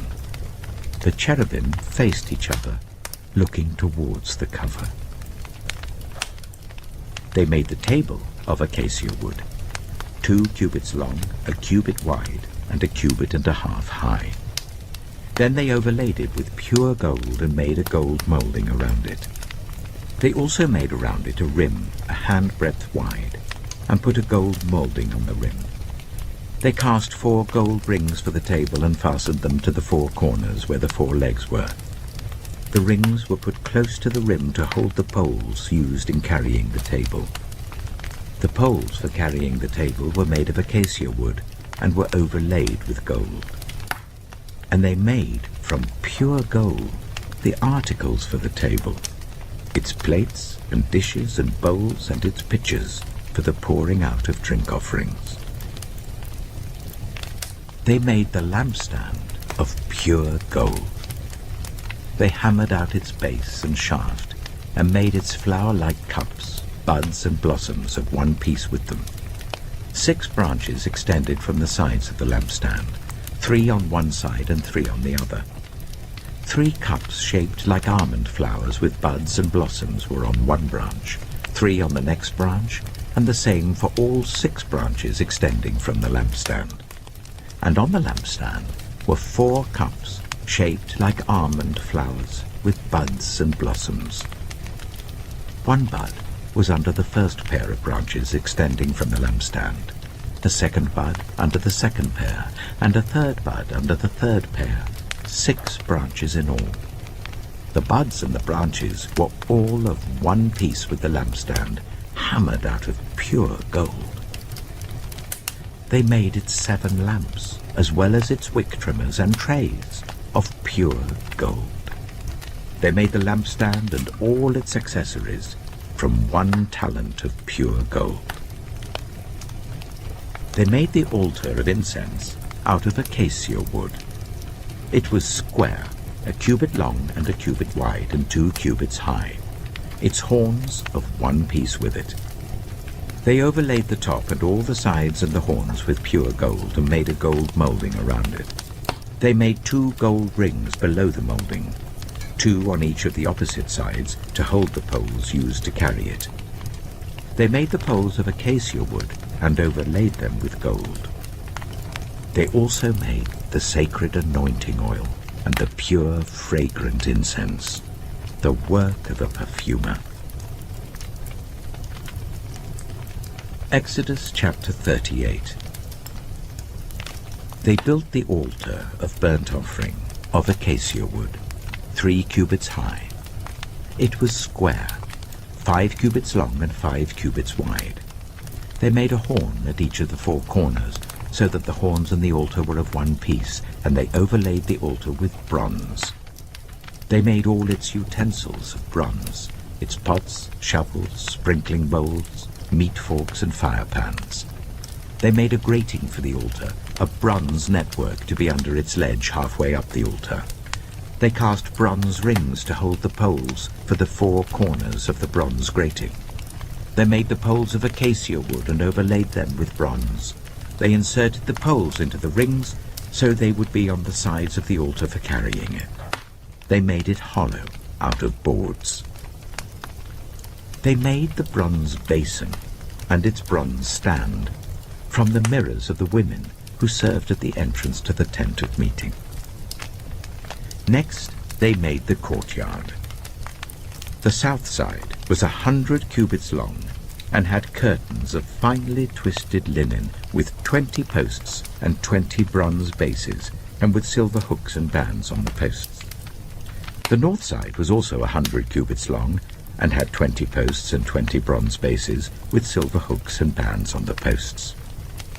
The west end was 50 cubits wide and had curtains with 10 posts and 10 bases, with silver hooks and bands on the posts.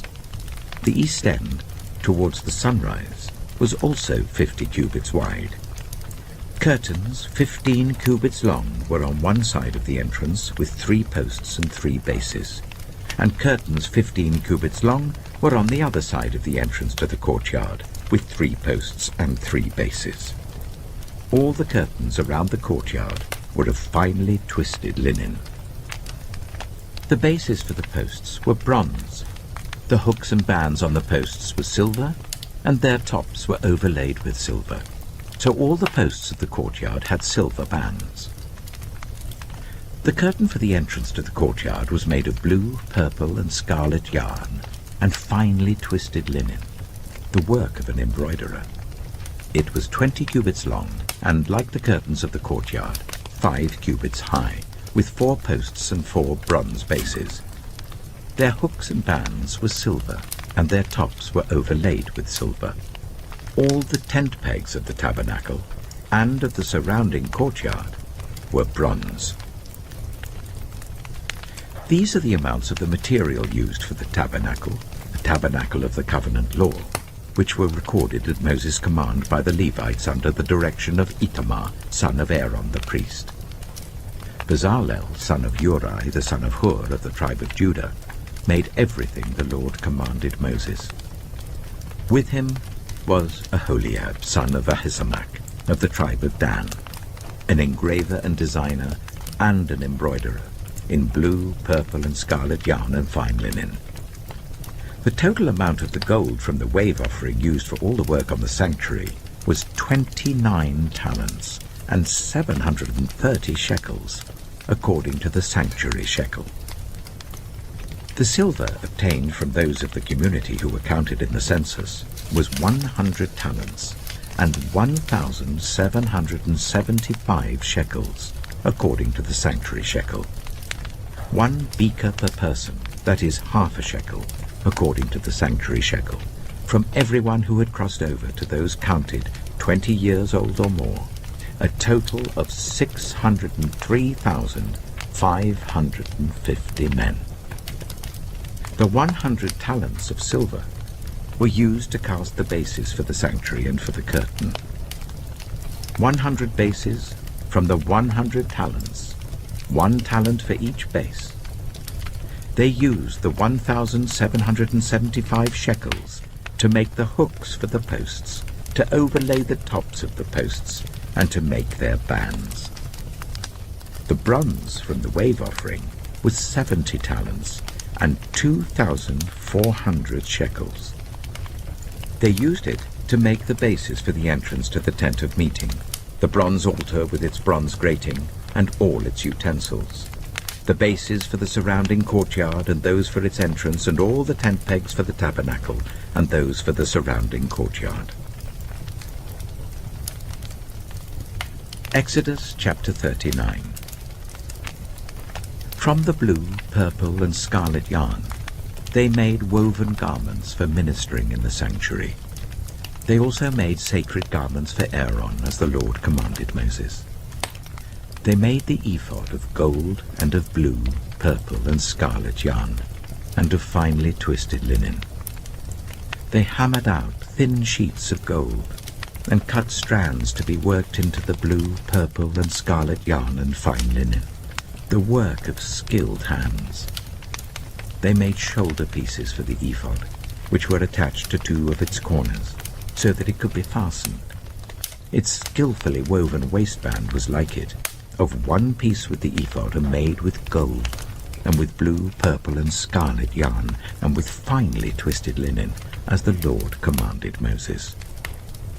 They mounted the onyx stones in gold filigree settings, and engraved them like a seal with the names of the sons of Israel. Then they fastened them on the shoulder pieces of the ephod as memorial stones for the sons of Israel, as the Lord commanded Moses. They fashioned the breastpiece, the work of a skilled craftsman. They made it like the ephod, of gold, and of blue, purple, and scarlet yarn, and of finely twisted linen. It was square, a span long and a span wide, and folded double. Then they mounted 4 rows of precious stones on it. The first row was carnelian, chrysolite, and beryl. The second row was turquoise, lapis lazuli, and emerald. The third row was jacinth, agate, and amethyst. The fourth row was topaz, onyx, and jasper. They were mounted in gold filigree setting. There were 12 stones, one for each of the names of the sons of Israel, each engraved like a seal with the name of one of the 12 tribes. For the breastpiece, they made braided chains of pure gold, like a rope.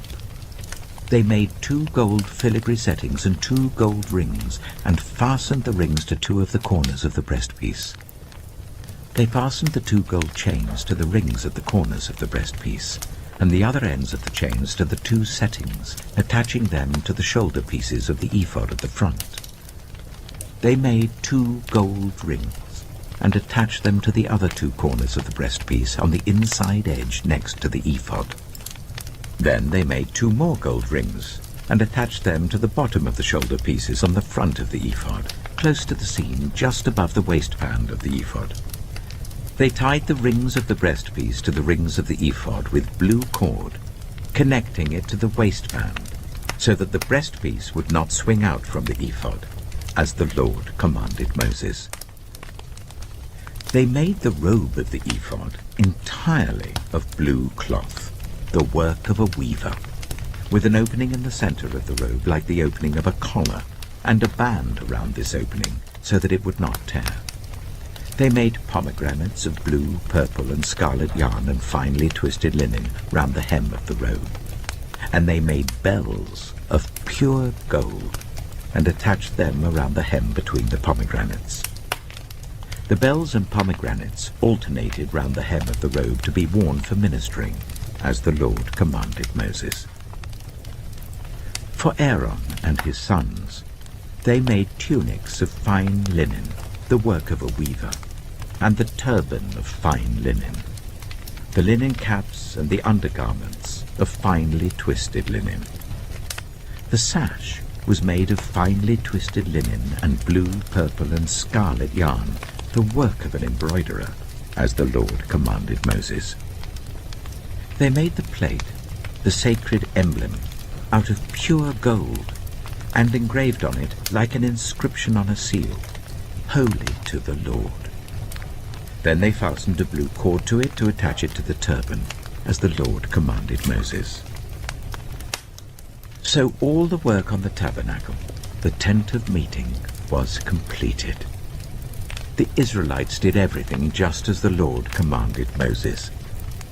Then they brought the tabernacle to Moses, the tent and all its furnishings, its clasps, frames, crossbars, posts and bases, the covering of ram skins dyed red and the covering of another durable leather, and the shielding curtain, the Ark of the Covenant law with its poles and the atonement cover, the table with all its articles and the bread of the presence, the pure gold lampstand with its row of lamps and all its accessories, and the olive oil for the light, the gold altar, the anointing oil, the fragrant incense, and the curtain for the entrance to the tent, the bronze altar with its bronze grating, its poles and all its utensils, the basin with its stand, the curtains of the courtyard with its posts and bases, and the curtain for the entrance to the courtyard, the ropes and tent pegs for the courtyard, all the furnishings for the tabernacle, the tent of meeting,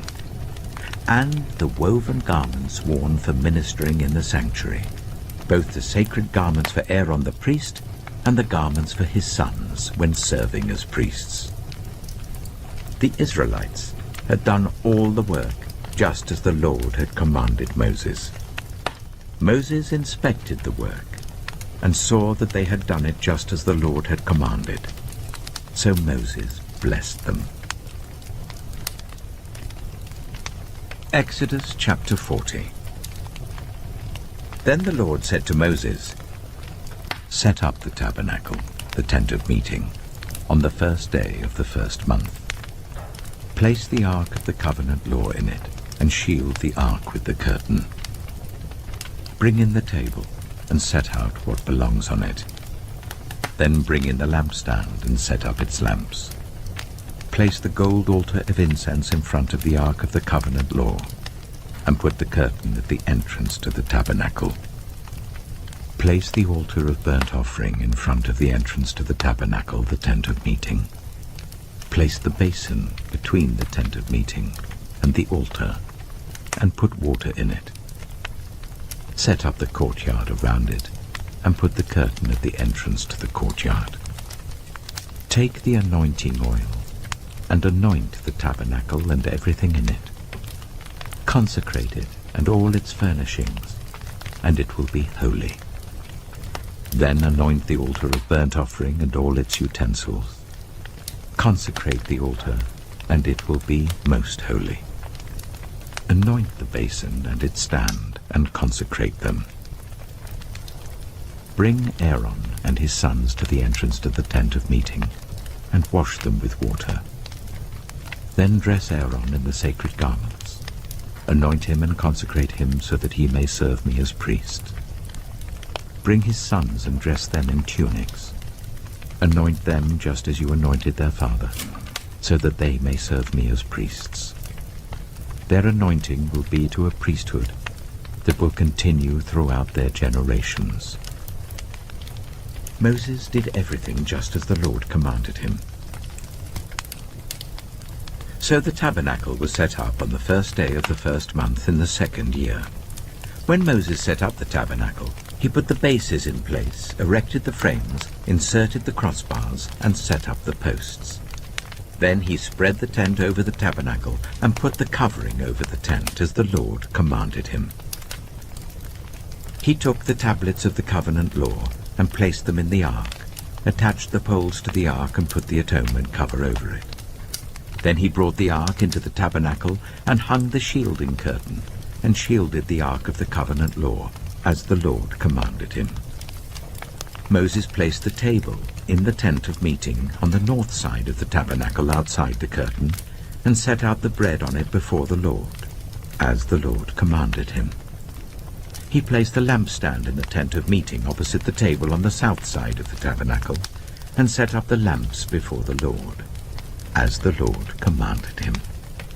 Moses placed the gold altar in the tent of meeting in front of the curtain and burned fragrant incense on it, as the Lord commanded him. Then he put up the curtain at the entrance to the tabernacle. He set the altar of burnt offering near the entrance to the tabernacle, the tent of meeting, and offered on it burnt offerings and grain offerings, as the Lord commanded him. He placed the basin between the tent of meeting and the altar and put water in it for washing, and Moses and Aaron and his sons used it to wash their hands and feet. They washed whenever they entered the tent of meeting or approached the altar, as the Lord commanded Moses. Then Moses set up the courtyard around the tabernacle and altar, and put the curtain at the entrance to the courtyard. And so Moses finished the work. Then the cloud covered the tent of meeting, and the glory of the Lord filled the tabernacle. Moses could not enter the tent of meeting because the cloud had settled on it, and the glory of the Lord filled the tabernacle. In all the travels of the Israelites, whenever the cloud lifted from above the tabernacle, they would set out. But if the cloud did not lift, they did not set out, until the day it lifted. So the cloud of the Lord was over the tabernacle by day, and fire was in the cloud by night, in the sight of all Israelites during their travels.